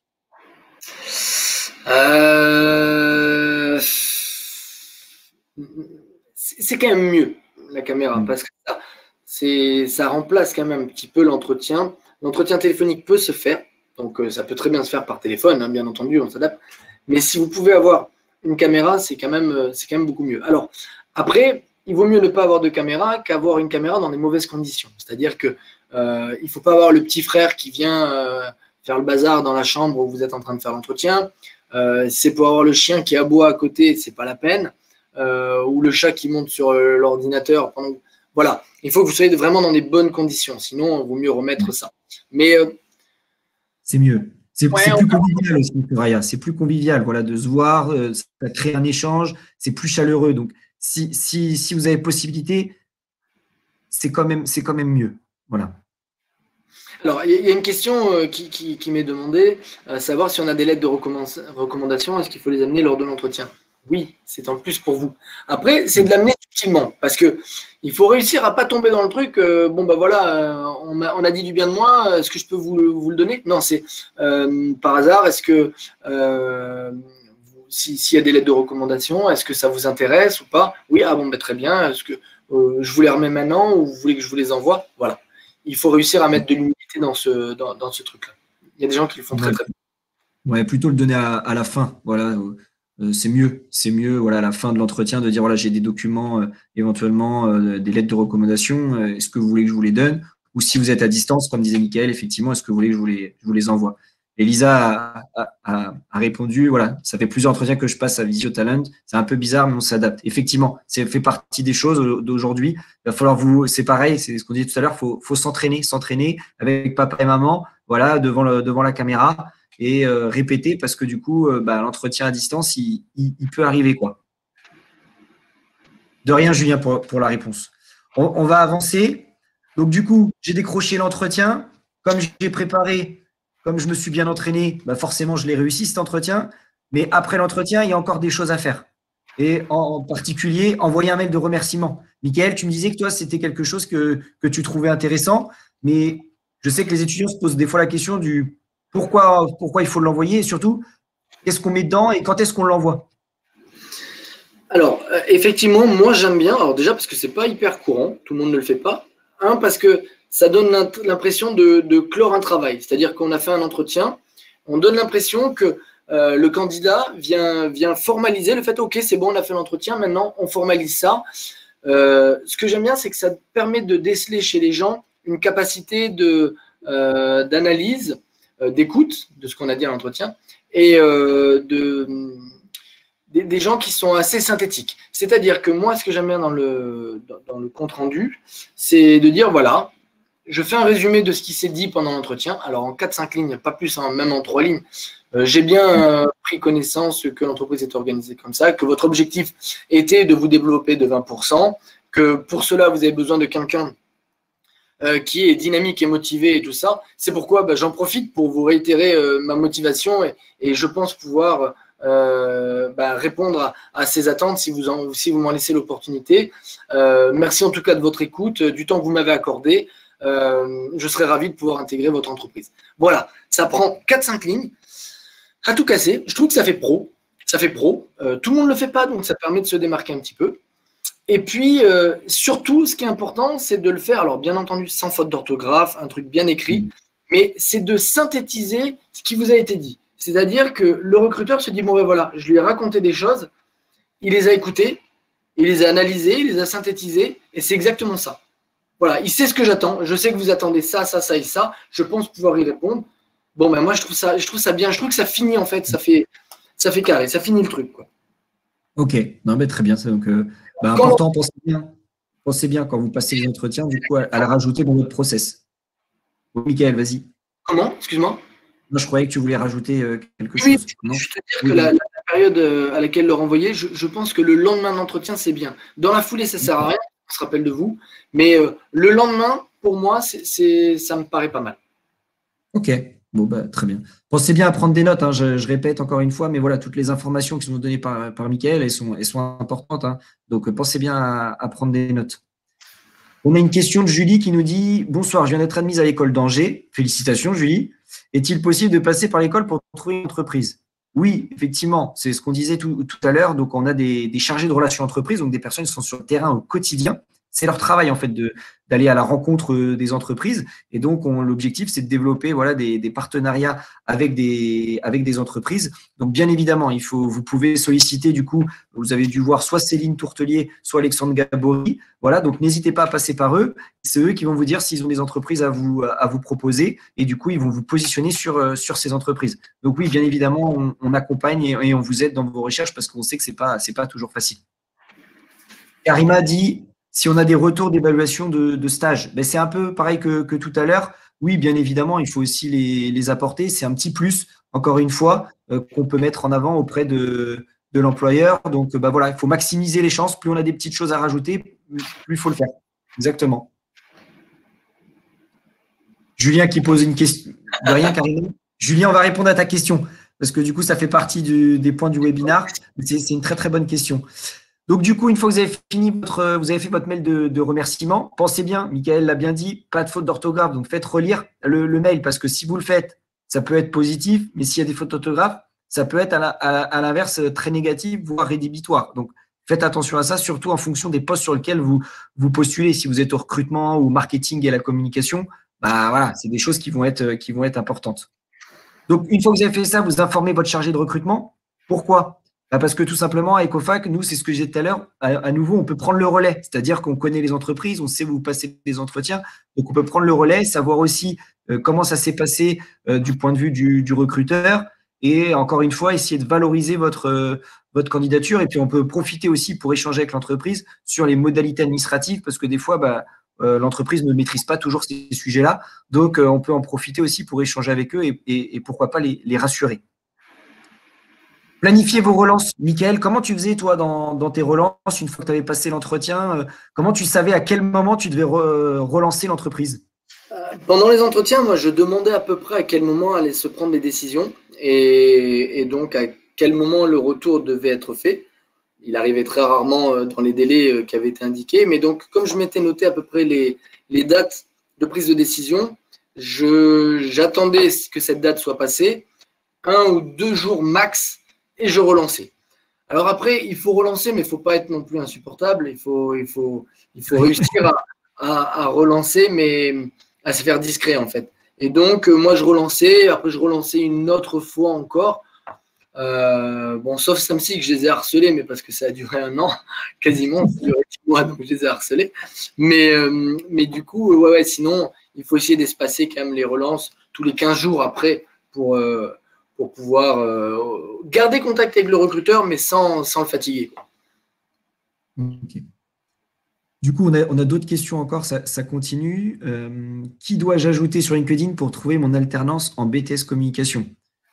Fanny, essaye d'être un petit peu plus clair dans ta question, parce que qui ajouter, ça va être toutes les entreprises, toutes les typologies d'entreprises, parce qu'aujourd'hui, une entreprise qui n'a pas de service communication, elle peut être intéressée, et les entreprises qui ont un service communication, donc les gros groupes comme Samsic ou autres, peuvent aussi être intéressés.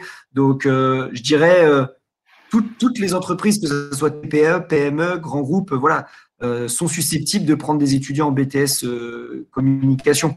Donc, qui ajouter plutôt les recruteurs ou alors les patrons d'entreprise si c'est des petites sociétés pour maximiser les chances.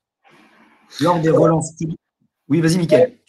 Pour la relance, effectivement, que doit-on dire pour ne pas paraître forceur? C'est une très bonne question.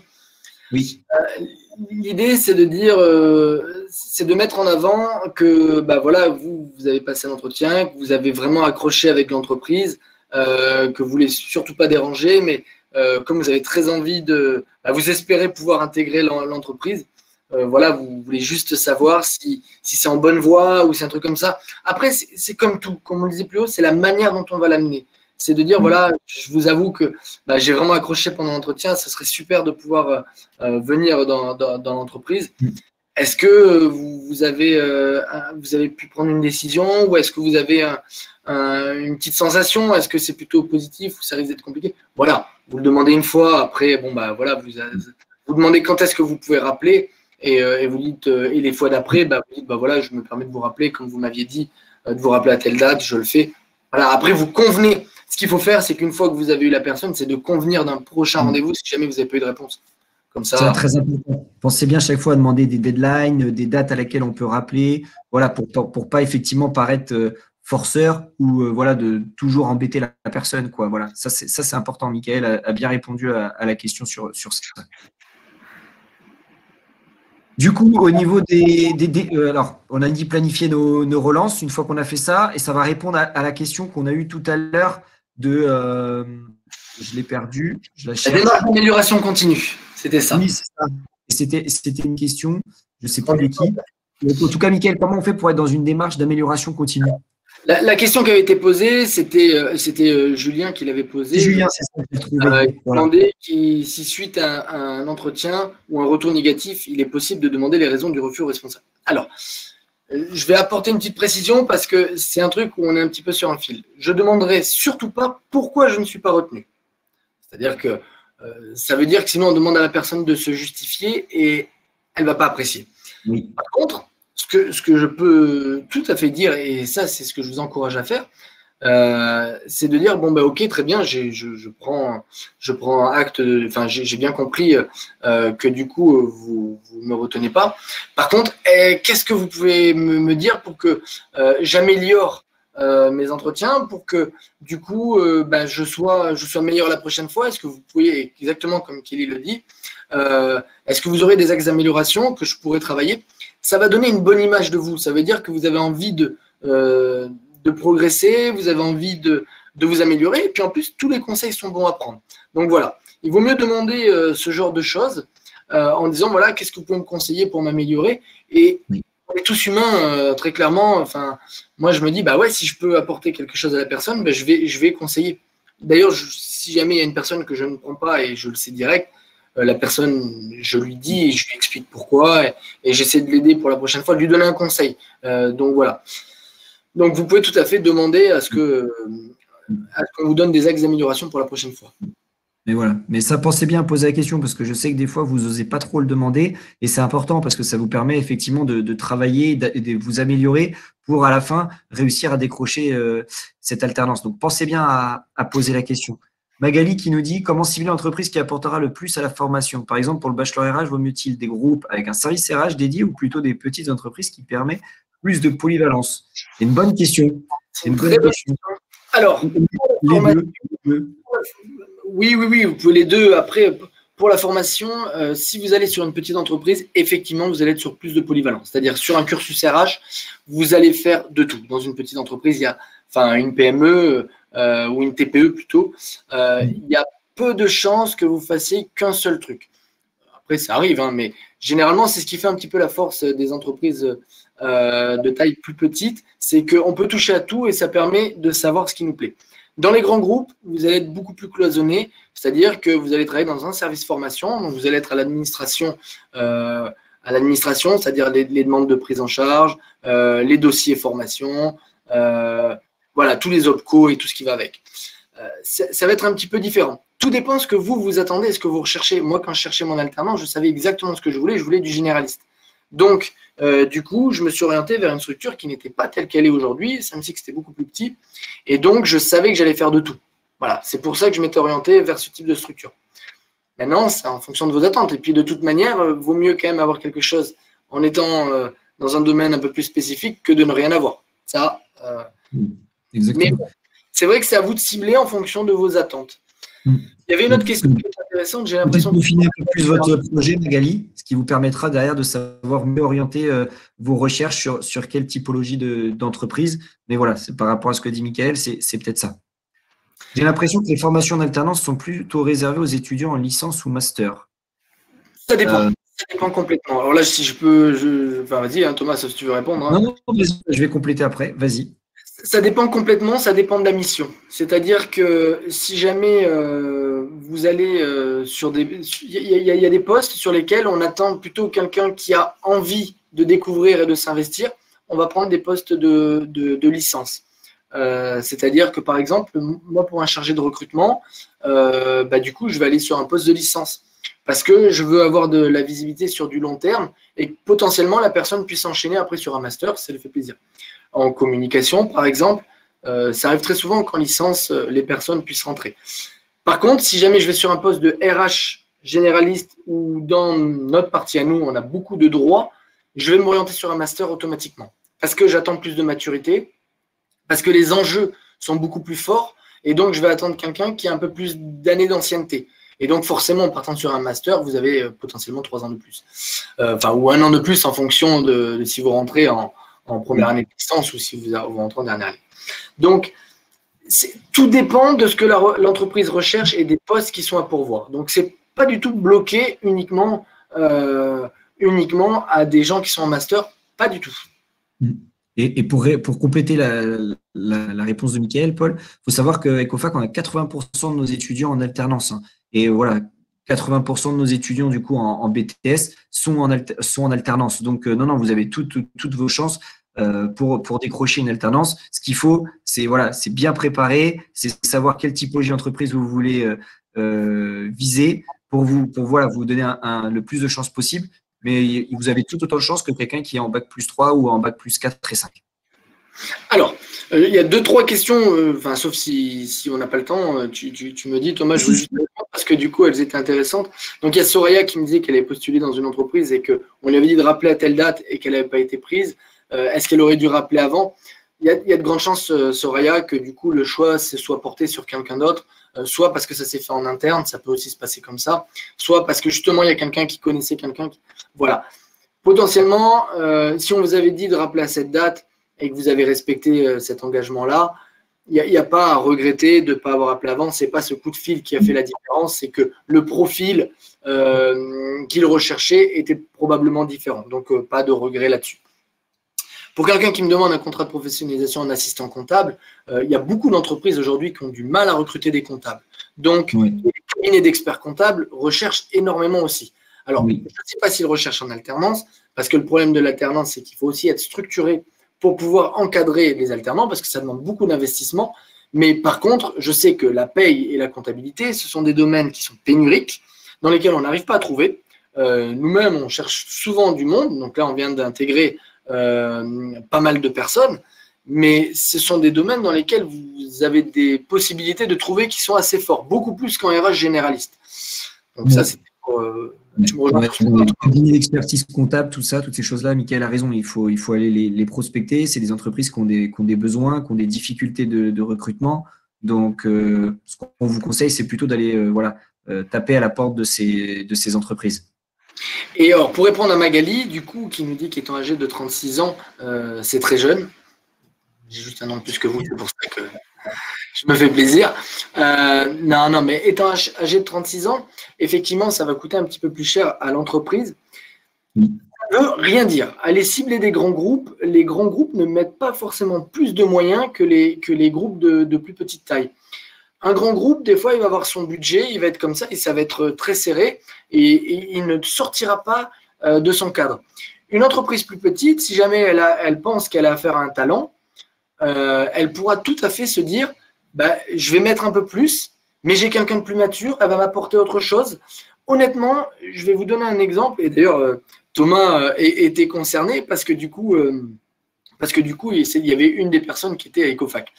J'avais reçu une candidature que j'avais retenue. Entre-temps, le DRH de la partie Facility me donne une candidature aussi. Il me dit, est-ce que tu peux la recevoir, s'il te plaît? C'est une alternante. Du coup, elle est très bien, je ne peux pas la prendre chez moi. Est-ce que tu peux la recevoir? Je la reçois par politesse. Et il s'avère qu'effectivement, elle est vraiment très bien. Et je suis embêté parce que j'ai 2 très très bons profils et j'ai pas le budget. Et je me dis, il faut que j'en choisisse une, mais les 2 sont vraiment très bien et j'ai vraiment pas envie de passer à côté. J'ai plein de projets à mener. J'avais pris beaucoup d'engagement avec ma direction sur le développement RH. Je me suis dit, bon, je vais tenter le coup. Je vais essayer de faire passer le truc et je vais essayer de faire passer les 2. Et donc, j'ai bien revu ma stratégie. Je l'ai présentée à la direction générale, donc au président. Et je lui ai dit, voilà, si j'ai les 2, je vais pouvoir aller beaucoup plus loin, je vais pouvoir faire plus de trucs et on va y gagner. Et j'ai eu les 2. Les 2 sont restés. Les 2 ont un super poste maintenant. Je n'ai pas pu les garder pour d'autres raisons parce que du coup, elles habitaient ailleurs et elles ne voulaient pas se déplacer. Mais aujourd'hui, elles sont toutes les 2 responsables dans de grands groupes. Et du coup, ça a été faisable. Et si ça avait été une petite entreprise, c'était la même chose. C'est-à-dire que je sais que j'aurais pu, parce que j'aurais pu mettre en avant le fait qu'il y avait autre chose à apporter. Donc vous, malgré le fait que vous ayez 36 ans, il y a de grandes chances que vous puissiez également rentrer dans une petite entreprise qui va plus facilement dégager des fonds parce qu'elle sait que vous allez leur apporter autre chose de par votre recul, votre maturité, tout ce qui va avec. C'est ça, par rapport à votre autonomie, vous allez pouvoir prendre en main des projets. Donc, pour eux, c'est aussi un gain de temps de l'autre côté, un côté formation qu'il y aura peut-être en moins. Donc, effectivement, c'est un plus. Donc, voilà, les grands groupes, c'est bien, mais effectivement, il faut aussi prospecter les PME qui peuvent aussi avoir les capacités de pouvoir vous intégrer dans leur entreprise. Donc, une fois qu'on a décroché l'entretien, donc sur l'après, on va avancer un petit peu. Il y a quand même 2-3 points qui sont importants qu'il va falloir, et qu'on a mis en avant en tout cas, parce que c'est souvent des choses qui ressortent et qui sont clairement à bannir. Voilà, donc ces 3 points-là, c'est répondre à un appel n'importe quand et n'importe où. Hein, Mickaël, je pense que toi, dans ton expérience de recruteur, ça t'est peut-être déjà arrivé. C'est envoyer un SMS après avoir reçu un appel d'un numéro qu'on ne connaît pas, le fameux c'est qui, hein, tout le monde l'a déjà fait celui-là, et quand on le reçoit, voilà, Kelly elle le met, ah oui, les SMS c'est qui, effectivement, ça c'est à éviter également. Encore là, c'est bien écrit là, encore. Ouais, là c'est vrai, parce que le CKI c'est pire. Déjà celui-là c'est pas bien, mais alors l'autre c'est pire. Ok. Et ça répond à la question de tout à l'heure qu'on a eue au tout début du webinaire. Demander les horaires de travail et les jours de congé lors de l'entretien, ça pareil, c'est à bannir également. Mickaël, je pense que tu avais envie de réagir sur ces 3 points-là. Alors oui, il y a plusieurs choses. Le c'est qui, c'est rédhibitoire. Il faut mûrir un petit peu. On va vous demander en plus d'écrire des mails, ce genre de choses. Donc le c'est qui comme ça est absolument rédhibitoire. De même que votre messagerie vocale. La messagerie vocale Gangster Gomorrah, ça c'est impossible. Il faut surtout pas laisser ça. Le truc genre bon copain, salut les gars, c'est moi, rappelez-moi. Non. Si jamais vous savez que vous êtes à la recherche, mettez voilà, exactement, la messagerie de l'opérateur, c'est très bien, c'est neutre. Pourquoi? Parce que ça va donner alors qui n'est pas forcément un trait de personnalité, mais ça va vous donner une image qui n'est pas la bonne. J'en entends trop qui sont en mode lascar, du coup, ça, moi, c'est bon. Je me dis, c'est bon, si la personne, elle se comporte comme ça, alors qu'elle sait que je vais laisser un message. Après, dans votre vie perso, vous faites ce que vous voulez. C'est juste ce temps-là, pendant le temps du recruteur, allez pas vous griller sur un truc. Les gens recherchent de la maturité. Je rappelle, vous êtes jeune, vous avez besoin de montrer que vous êtes plus mature que les autres. Donc, du coup, c'est pour ça, parce qu'un employeur, il ne va pas attendre que vous ayez d'expérience. Par contre, il va attendre de vous que vous ayez une maturité supérieure à celle des étudiants habituels. Donc, c'est comme ça que vous vous démarquerez. Donc, la messagerie de l'opérateur, c'est très, très bien. Demander les horaires de travail et les jours de congé, c'est ce que je vous disais tout à l'heure. Vous venez pour mettre en avant une motivation. Si jamais il y a quelqu'un, je lis en même temps, c'est pour ça que c'est perturbant en fait de lire en même temps. C'est vrai que si jamais vous demandez les horaires alors que vous êtes là pour montrer une motivation, c'est antinomique. Donc du coup, forcément, ça ne peut pas passer. Les horaires de travail, vous les apprendrez plus tard, il n'y a pas de souci. De toute manière, il y a toujours des conventions collectives, il y a des accords d'entreprise. Les choses sont normées. Très souvent, de toute manière, il y a de grandes chances que vous ayez un peu plus à vous investir parce que du coup, vous ne connaissez pas, donc vous allez devoir apprendre plus. Mais voilà, ça ne se demande pas. De même que les congés, si vous pensez déjà être en congé alors que vous cherchez à avoir une alternance, vous allez vous griller tout seul. Donc ne le demandez pas. Et vous inquiétez pas, les informations vous seront données au moment voulu. Et c'est important de ce que Mickaël a dit tout à l'heure, c'est que du coup, on sait que vous n'avez pas forcément, en tout cas, les entreprises savent que vous n'avez pas forcément d'expérience professionnelle, d'accord? Ils savent que vous êtes stressé, mais par contre, quand vous êtes à l'entretien, bah, vous devez démontrer une motivation plus, quoi.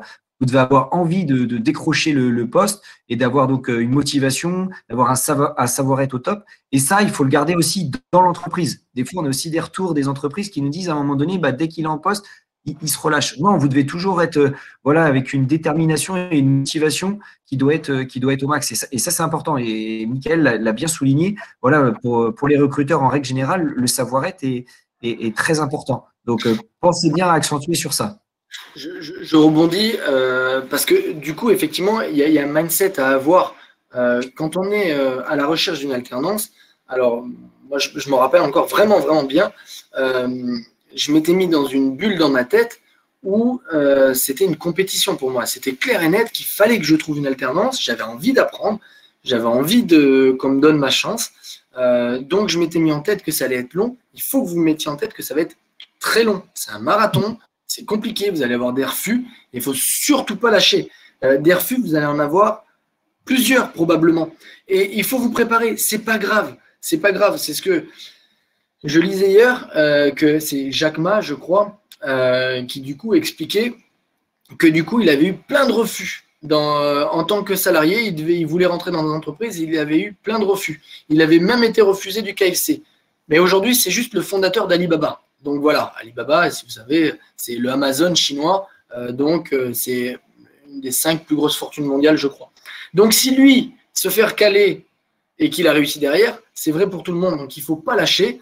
Et ben, du coup, vous devez vraiment vous mettre dans un état d'esprit où ça va être très long et que tôt ou tard, quelqu'un vous donnera votre chance. Donc voilà, il faut vraiment que j'aille et ne perdez pas confiance, même si on vous dit non. Je sais que c'est compliqué. À un moment donné, on se dit, je ne vais plus y arriver. Non, si, ça marchera. C'est juste que faut trouver le bon interlocuteur en face. Alors, je ne sais pas, Magali. Magali, qui te fait un petit message sympa. C'est gentil, merci beaucoup. Tant mieux si vous êtes bien accompagné. Je ne sais pas si vous êtes sur la partie propreté ou sur la partie RH, mais tant mieux alors si c'est le cas. Merci du clin d'œil. Et Karima qui a bien réagi, qui a bien écouté les conseils qu'on lui a donnés. Tout de suite, voilà, tiens, si on peut créer un contact. Il y a Magali, c'est bien. En général, alors après, on a Marie qui nous a posé une question en propreté pour Magali. Voilà. En général, les contrats d'alternance commencent à la rentrée en septembre, où les entreprises préfèrent commencer avant. Alors, c'est vrai que du coup, en règle générale, les cours commencent en début septembre. Voilà. Mais il est possible, en tout cas, de commencer les contrats 2 mois avant le début des cours. Donc, ça veut dire que les contrats peuvent démarrer effectivement début juillet. C'est vrai que pour les entreprises, des fois, c'est bien de vous avoir en amont parce que ça permet de préparer en fait à la rentrée. Mais c'est vrai que des fois, en fonction des sociétés, juillet et août peuvent être des temps un peu calmes et donc du coup, ça vous permet de vous intégrer dans l'entreprise, de vous familiariser éventuellement avec les produits, enfin toutes ces choses-là. Donc c'est vrai que des fois, les entreprises vont demander à commencer les contrats plus tôt. Donc par rapport à ça, faites bien attention parce que du coup, souvent, j'entends trop encore d'étudiants qui disent voilà, désolé, je ne peux pas commencer avant telle date parce que je pars en vacances.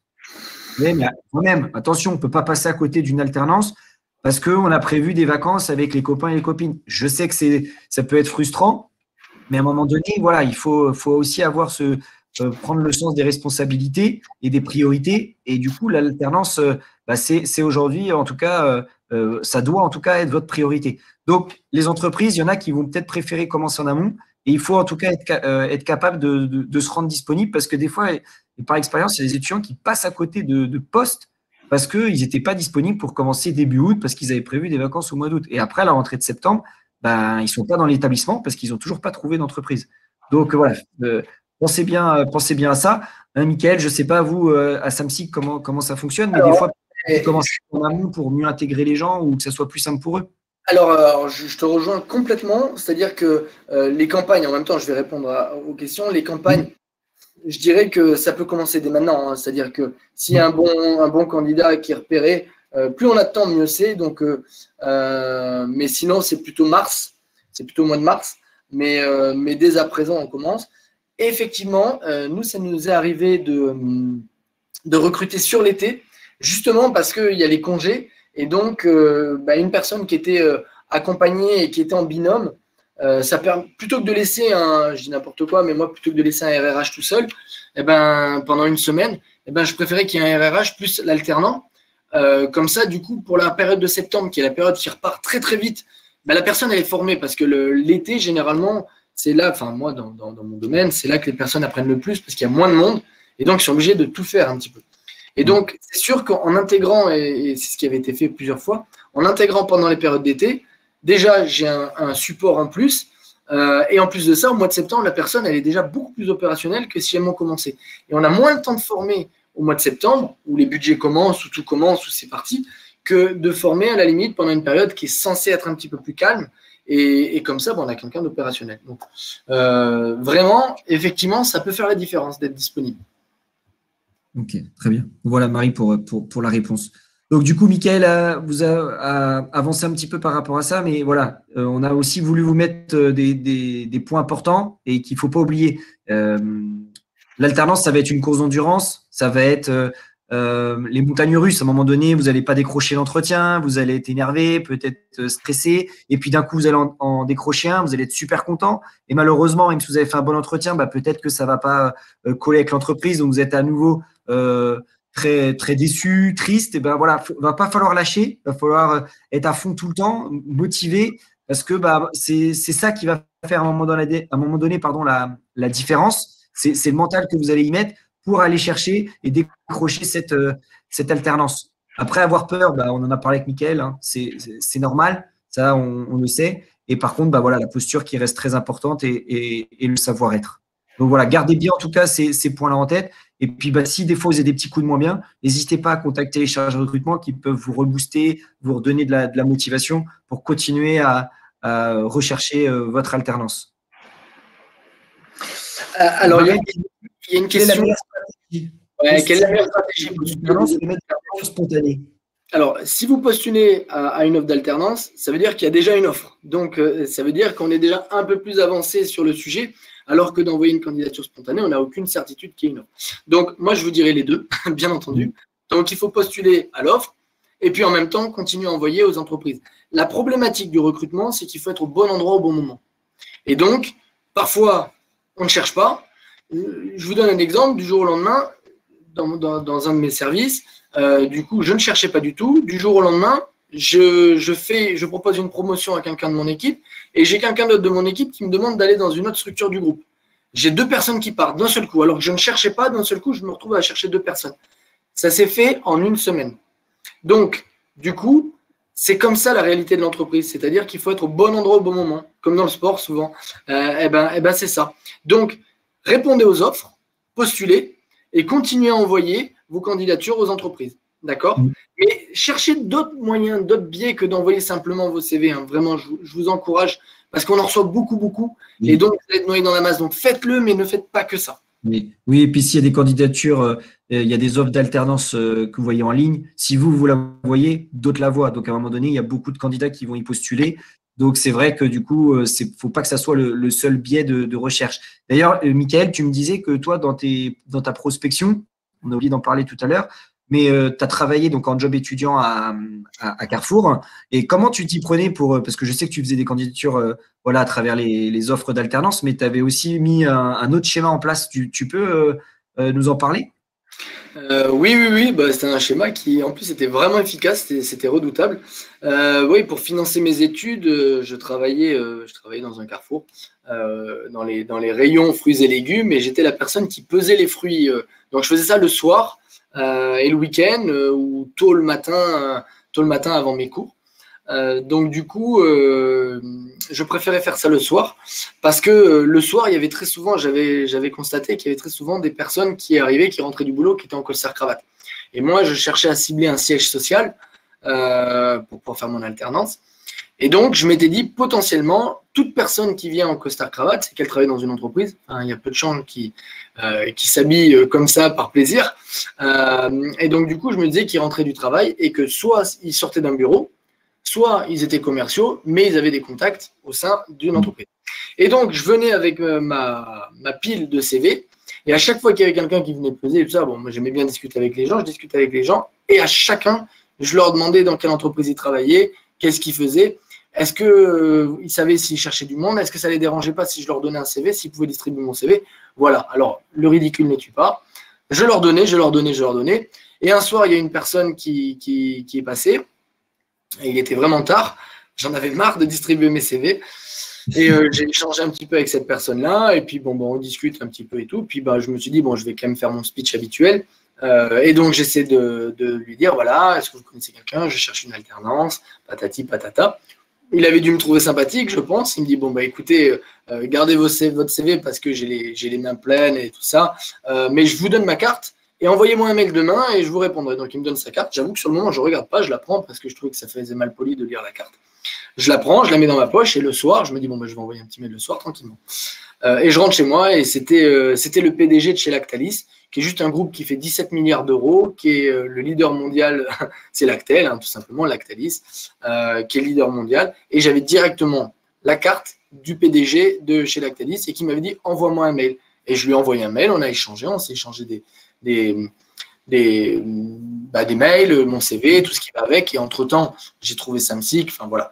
Donc, et c'était plus proche de chez moi, ça correspondait un peu plus. Mais donc, pour vous dire que il faut tout mettre en œuvre. Et que là, c'était l'opportunité rêvée. C'est-à-dire que ça s'était offert à moi parce que j'avais été le chercher, parce que je m'étais dit, voilà, parce que ça ne coûte rien de toute manière. Et je trouve que c'est un bon exemple. Ça résume un peu tout. C'est-à-dire que Mickaël, il a tissé sa toile. Voilà, il en a profité pour aller prospecter un maximum de personnes. Il s'est donné le maximum de chances. Il n'a pas lâché parce que c'était le dernier. Et comme on disait tout à l'heure, le mental, voilà, il aurait pu dire, non, allez, ça marche, ça fait 40 fois que je le fais, donc le 41e, ça ne va rien changer. Et puis, en fait, non, il l'a fait et du coup, ça lui a apporté ce que ça lui a apporté. Donc voilà, c'est vraiment très important de faire tout ça. Donc voilà, et lâchez pas surtout, lâchez pas. Merci pour les commentaires qui sont laissés. Ouais, c'est un plaisir. De votre part. Donc voilà, donc Varel, pour rebondir un peu sur la question et compléter, c'est bien les offres d'alternance, mais pour les autres aussi d'ailleurs, c'est bien les offres d'alternance, mais à côté, mettez des actions en place pour vous démarquer, pour démultiplier vos chances. Lisa qui disait postuler les offres en CDI en proposant de l'alternance. Pourquoi pas? Après, s'il cherche un CDI, c'est peut-être qu'il cherche quelqu'un qui soit là à temps plein et tout le temps.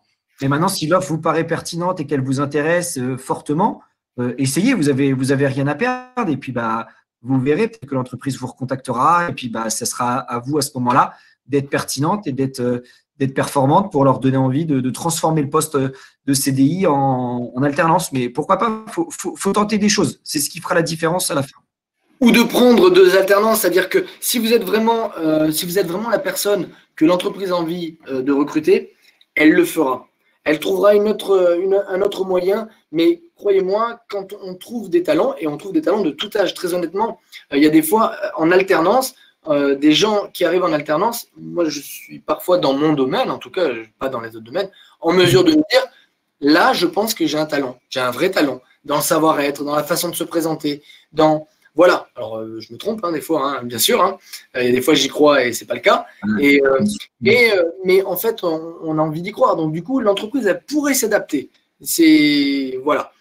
Donc allez-y. Il faut surtout pas hésiter. Nicolas, je rebondis sur ce que vous dites. Tant mieux si vous avez espoir parce que il faut jamais le perdre. En fait, très honnêtement, j'ai essuyé plein de refus, alors que j'étais convaincu d'être la personne qu'il fallait recruter.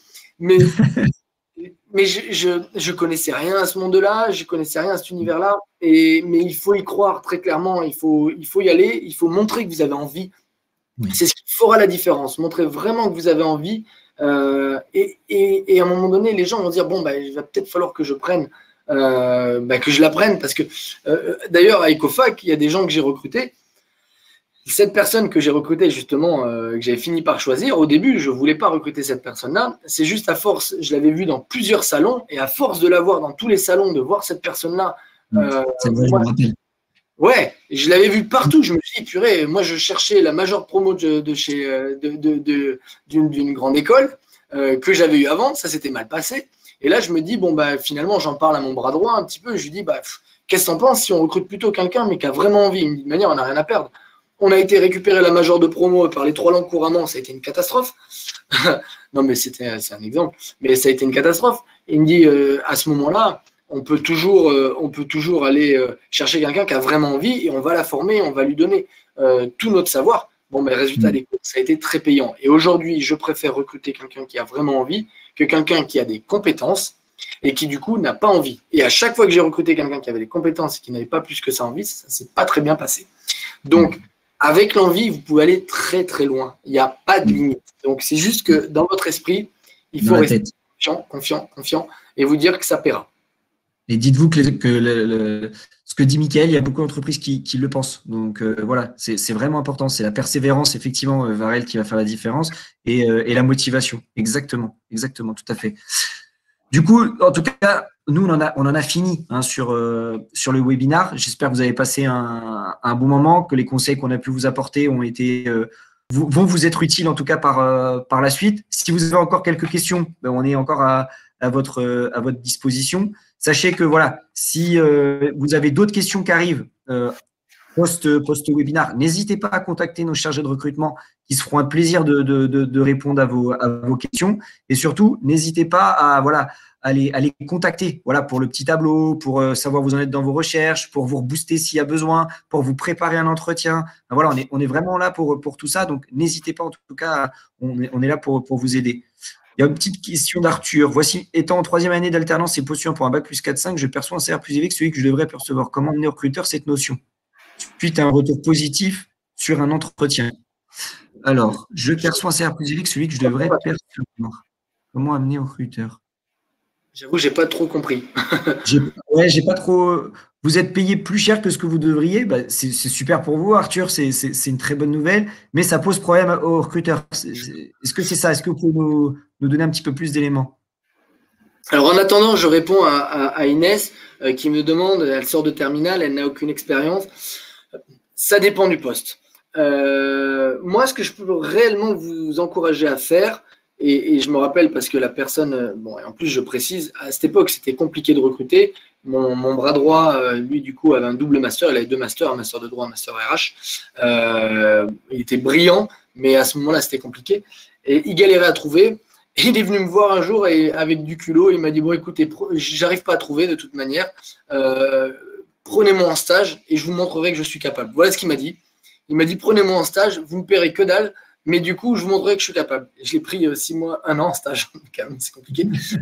Ça fait 10 ans qu'on travaille ensemble. C'est une personne en qui j'ai une confiance absolue. Et comme quoi, c'est lui, il a fait un sacrifice. Il m'a dit, je vais faire un sacrifice, mais donnez-moi ma chance, en fait. C'est un peu ça. Il faut réussir à se remettre dans l'état d'esprit parce que beaucoup de jeunes aujourd'hui se disent, je dois avoir ça, attendre beaucoup de choses. C'est un sacrifice, l'alternance, il ne faut pas se mentir. Ouais. Et pensez bien, Inès, vous dites que vous n'avez pas d'expérience, mais Mickaël l'a dit tout à l'heure, des fois, on ne se met pas assez en valeur aussi sur des petits jobs étudiants qu'on a pu avoir, de faire du babysitting. Voilà, effectivement, si vous faites du sport et que vous avez encadré une équipe, tout ça, c'est des expériences. C'est juste qu'à un moment donné, voilà, il va falloir le préparer et bien le tourner pour que du coup, le valoriser à travers votre parcours. Et je suis sûr que vous avez peut-être des petites expériences, mais vous n'y pensez pas, en fait. Et voilà, donc. Et faire des voilà. Et si c'est pas des expériences professionnelles, voilà. Si c'est pas l'expérience professionnelle aussi, les expériences scolaires. Des fois, vous faites des dossiers dans les entreprises, à l'école, vous avez peut-être un mémoire à faire, vous avez peut-être fait, je sais pas, un projet avec les autres étudiants de votre classe. Voilà, ça peut être aussi intéressant. Il y a peut-être un bureau des étudiants. Enfin voilà, donc n'hésitez pas. Il y a peut-être des choses qui ont été faites à un moment donné que vous pouvez valoriser, qu'on peut essayer de mettre en avant. Voilà, Nicolas, exactement. J'ai encadré une équipe de U11 à mes 19 ans. Je peux donc le mettre en avant. Bah oui, effectivement, vous avez des responsabilités. Ça veut dire qu'on vous fait confiance. Vous avez quand même la charge d'enfants. Vous devez les manager pour leur dire ce qu'il faut faire, comment il faut le faire. Voilà, vous leur apprenez aussi à savoir la cohésion d'équipe, travailler en équipe, voilà, toutes ces choses-là. Donc ça, c'est super important. Et puis, il suffit que votre interlocuteur s'occupe aussi d'enfants, par exemple. Et ben lui, ça va faire un point commun, donc ça va lui parler tout de suite. Il va se dire, tiens, très bien, ok, moi aussi, clac. Voilà, donc ça crée du lien, en fait. Comme je vous dis, comme Mickaël. Comment? Non, j'ai dit, ça se trouve, il fait du foot, la personne que vous allez voir en face, comme Mickaël. Regardez, enfin, l'entreprise est sponsor du Stade Rennais, donc voilà, ça crée du lien. Alors, la question qui était posée par Arthur, c'est je suis à 80% du SMIC, mais je devrais toucher moins. Cela est-il un frein malgré l'expérience et les compétences? Alors, j'essaie à nouveau de comprendre le truc. Je suis à 4. En fait, vous êtes payé plus cher que ce que vous devriez. Je suis à 80%, mais je devrais toucher moins. Oui, c'est-à-dire que peut-être de par votre âge ou je ne sais quel. Je pense que c'est une expérience d'avant fait qu'il était payé plus cher. Enfin, ils l'ont payé plus cher, voilà, et il a que 20 ans. Alors, en fait, il n'aurait pas eu ce salaire-là. Tu vois ce que je veux dire? Alors, ouais, c'est bon, j'ai compris. Donc, effectivement, ça peut toujours. Voilà, attendez, parce qu'après, j'arrive pas à voir les autres. Ça peut toujours être un frein si jamais on arrive d'être hors budget pour un service. On va pas se mentir, c'est une difficulté supplémentaire. Le seul truc, c'est qu'il faut que l'entreprise se dise c'est vous la bonne personne. Voilà. Il y a deux types d'entreprises. Il y a des entreprises qui prennent de l'alternance pour prendre de l'alternance, pour remplir des cases, et parce qu'il y a des obligations. Des obligations. Et il y a des entreprises, et pour le coup, alors, sans faire de publicité, je ne fais pas de la publicité pour Samsic, mais quand on prend une alternance, nous, c'est un investissement. C'est-à-dire que notre but, c'est de garder la personne. Systématiquement, on se dit, voilà, on va la former comme si on la gardait, et on va voir si ça colle. Donc là c'est plus ce type d'entreprise qui peut fonctionner, parce que notre souci n'est pas le souci financier ou un truc comme ça, même si on a un cadre, mais c'est de se dire, si c'est elle la bonne personne, si ça coûte un petit peu plus cher, c'est pas grave parce que je veux aller avec cette personne-là. Donc, ça vous oblige juste à vous démarquer un peu plus et faire en sorte que le recruteur vous veuille vous. Voilà, je suis désolé, effectivement, c'est une réalité. Et je pense que, Arthur, vous avez donné un peu la réponse parce que là, je vois que vous avez mis 3 ans d'alternance. Peut-être que vous pouvez aussi dire que effectivement, vous coûtez peut-être un peu plus cher par l'expérience que vous avez eue avant et voilà, le fait que vous soyez à 80% du SMIC, mais vous avez 3 ans d'expérience d'alternance. Donc, à un moment donné, c'est super valorisant pour l'entreprise. C'est-à-dire que vous arrivez dans l'entreprise et vous avez déjà une certaine autonomie. Donc, voilà, c'est aussi peut-être sur ce levier-là qu'il va falloir jouer pour que l'entreprise ait envie de vous prendre, quoi. Donc, alors, moi, excuse-moi. Non, en tout cas, c'est ce que j'essaierai de mettre en avant, Arthur. J'essaie de remonter un petit peu.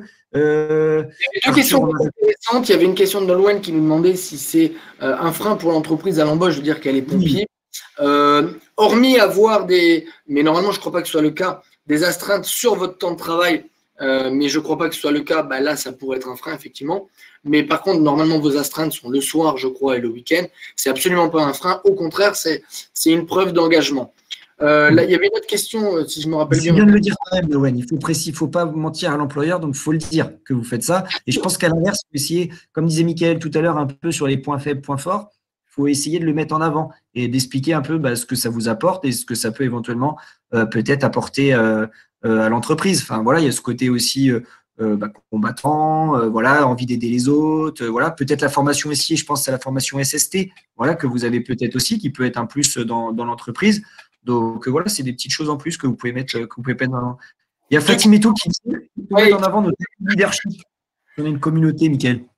Alors, il y a aussi Marie à qui je répondrai tout à l'heure. La question est vraiment intéressante. Alors, le leadership d'une communauté sur les réseaux, tout dépend quel est le milieu dans lequel vous allez postuler. Si vous allez sur du web marketing, bien entendu que vous pouvez le mettre en avant, puisqu'on parle de plus en plus des influenceurs pour parler d'une marque, parler d'une entreprise. On parle de plus en plus de faire le buzz, ce genre de choses. Donc là, oui, ça va être très valorisant.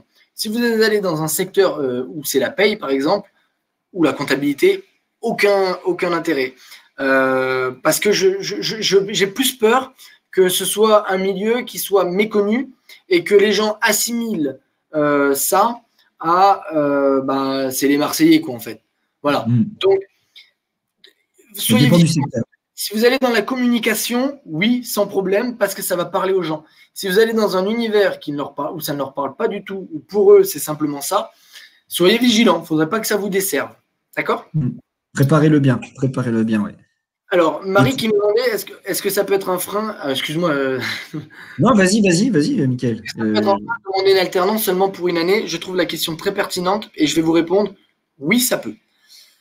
Il ne faut surtout pas dire « je fais qu'une année, point barre ». Parce que si l'entreprise envisageait de rester plus longtemps, je vous conseille de rester évasif et de dire « je suis ouvert à tout, Je verrai à la fin de mon année, voir comment ça se passe. Et voilà. Parce que si vous fermez de suite, si l'entreprise a en tête de faire 3 ans, vous allez vous bloquer et c'est dommage. Et peut-être que vous, au cours d'une année, vous allez même vous changer d'avis. Donc, je ne fermerai pas de porte. Oui, c'est ça. Et puis, c'est vrai que Marie, vous allez aujourd'hui, vous voulez une alternance peut-être pour 1 an, mais l'alternance que vous allez passer, ça se trouve, ça va super bien se passer. Vous allez avoir des responsabilités, vous allez monter en compétences. Voilà, vous allez trouver une super équipe avec un très bon environnement. Donc, ça se trouve, vous allez vouloir rester. Donc, je pense qu'effectivement, comme dit Michael, là-dessus, voilà, vaut mieux se dire, voilà, le principal, c'est de trouver une alternance. Et puis après, c'est de se donner les chances pour que tout se passe bien. Et vous verrez après si éventuellement vous restez qu'1 an ou pas. Mais c'est vrai que sur l'entretien, en tout cas, si vous dites que vous voulez rester qu'une seule année et que l'entreprise cherche quelqu'un qui veut s'investir dans le temps, du coup, forcément, derrière, s'il y a une autre personne qui passe et qui dit qu'elle a envie de s'investir et que les deux ont réussi leur entretien, forcément, l'entreprise va peut-être valoriser l'autre personne parce qu'elle a envie de s'investir dans le temps, de continuer sur un master ou quoi que ce soit. Donc, attention. Nicolas qui nous dit, est-ce que je peux mettre une pièce de théâtre en terminale? Alors, Nicolas, pardon, ça peut être intéressant de le mettre. J'ai vu que vous cherchiez plutôt un poste de commercial. Donc, pourquoi pas pour la partie relations, aisance, ça peut être intéressant. Mais encore une fois, tout ce que vous allez mettre dans le CV, il faut apporter du lien. Il faut que ça apporte du lien aussi avec le poste que vous visez. D'accord? Et que l'entreprise puisse derrière, elle se dire, ah oui, effectivement, c'est intéressant, voilà, et ça peut m'apporter un plus, en tout cas, dans mon entreprise. Si c'est juste dire, voilà, j'ai été faire ci, j'ai fait ça, j'ai voyagé là et là, bon, voilà, ça apporte rien. Par contre, si on dit, j'ai voyagé et du coup, aujourd'hui, je suis bilingue en anglais ou bilingue espagnol ou quoi que ce soit, là, forcément, la tournure des phrases est totalement différente et ça apporte autre chose aussi à l'entreprise. Donc, pourquoi pas, ça peut être intéressant de le mettre dedans et de faire le lien avec le poste de commercial. Voilà, je vous ai donné deux, trois exemples, mais c'est intéressant, effectivement. Est-ce qu'il reste une question? Je pense qu'on a répondu à toutes les questions. Hein? Ouais. Ok.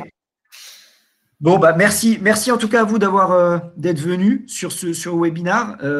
On va vous laisser. Je vois qu'il y en a qui écrivent encore. Merci Kelly.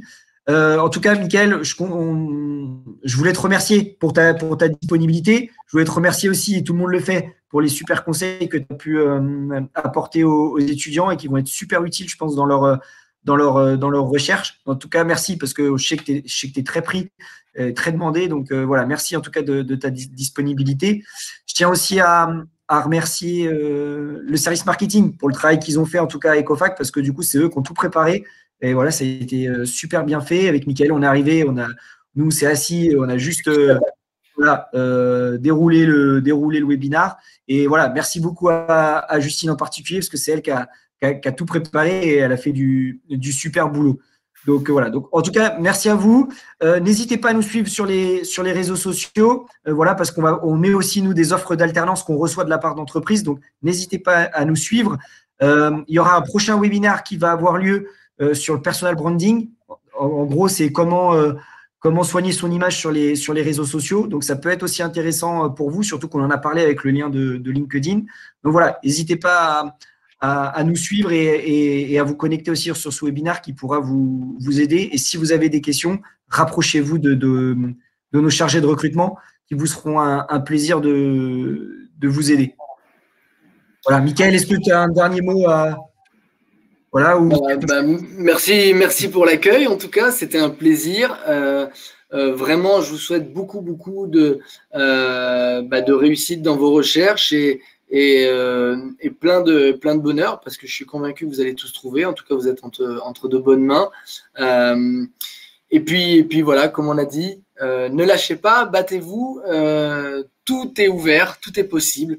Et puis, je vous souhaite vraiment une bonne continuité et plein de réussite dans votre nouveau parcours professionnel qui s'amorce là du coup. Et il y a plein de bonnes choses qui vont s'annoncer à vous. Donc très bonne soirée et puis à bientôt peut-être. Merci beaucoup Mickaël. À bientôt.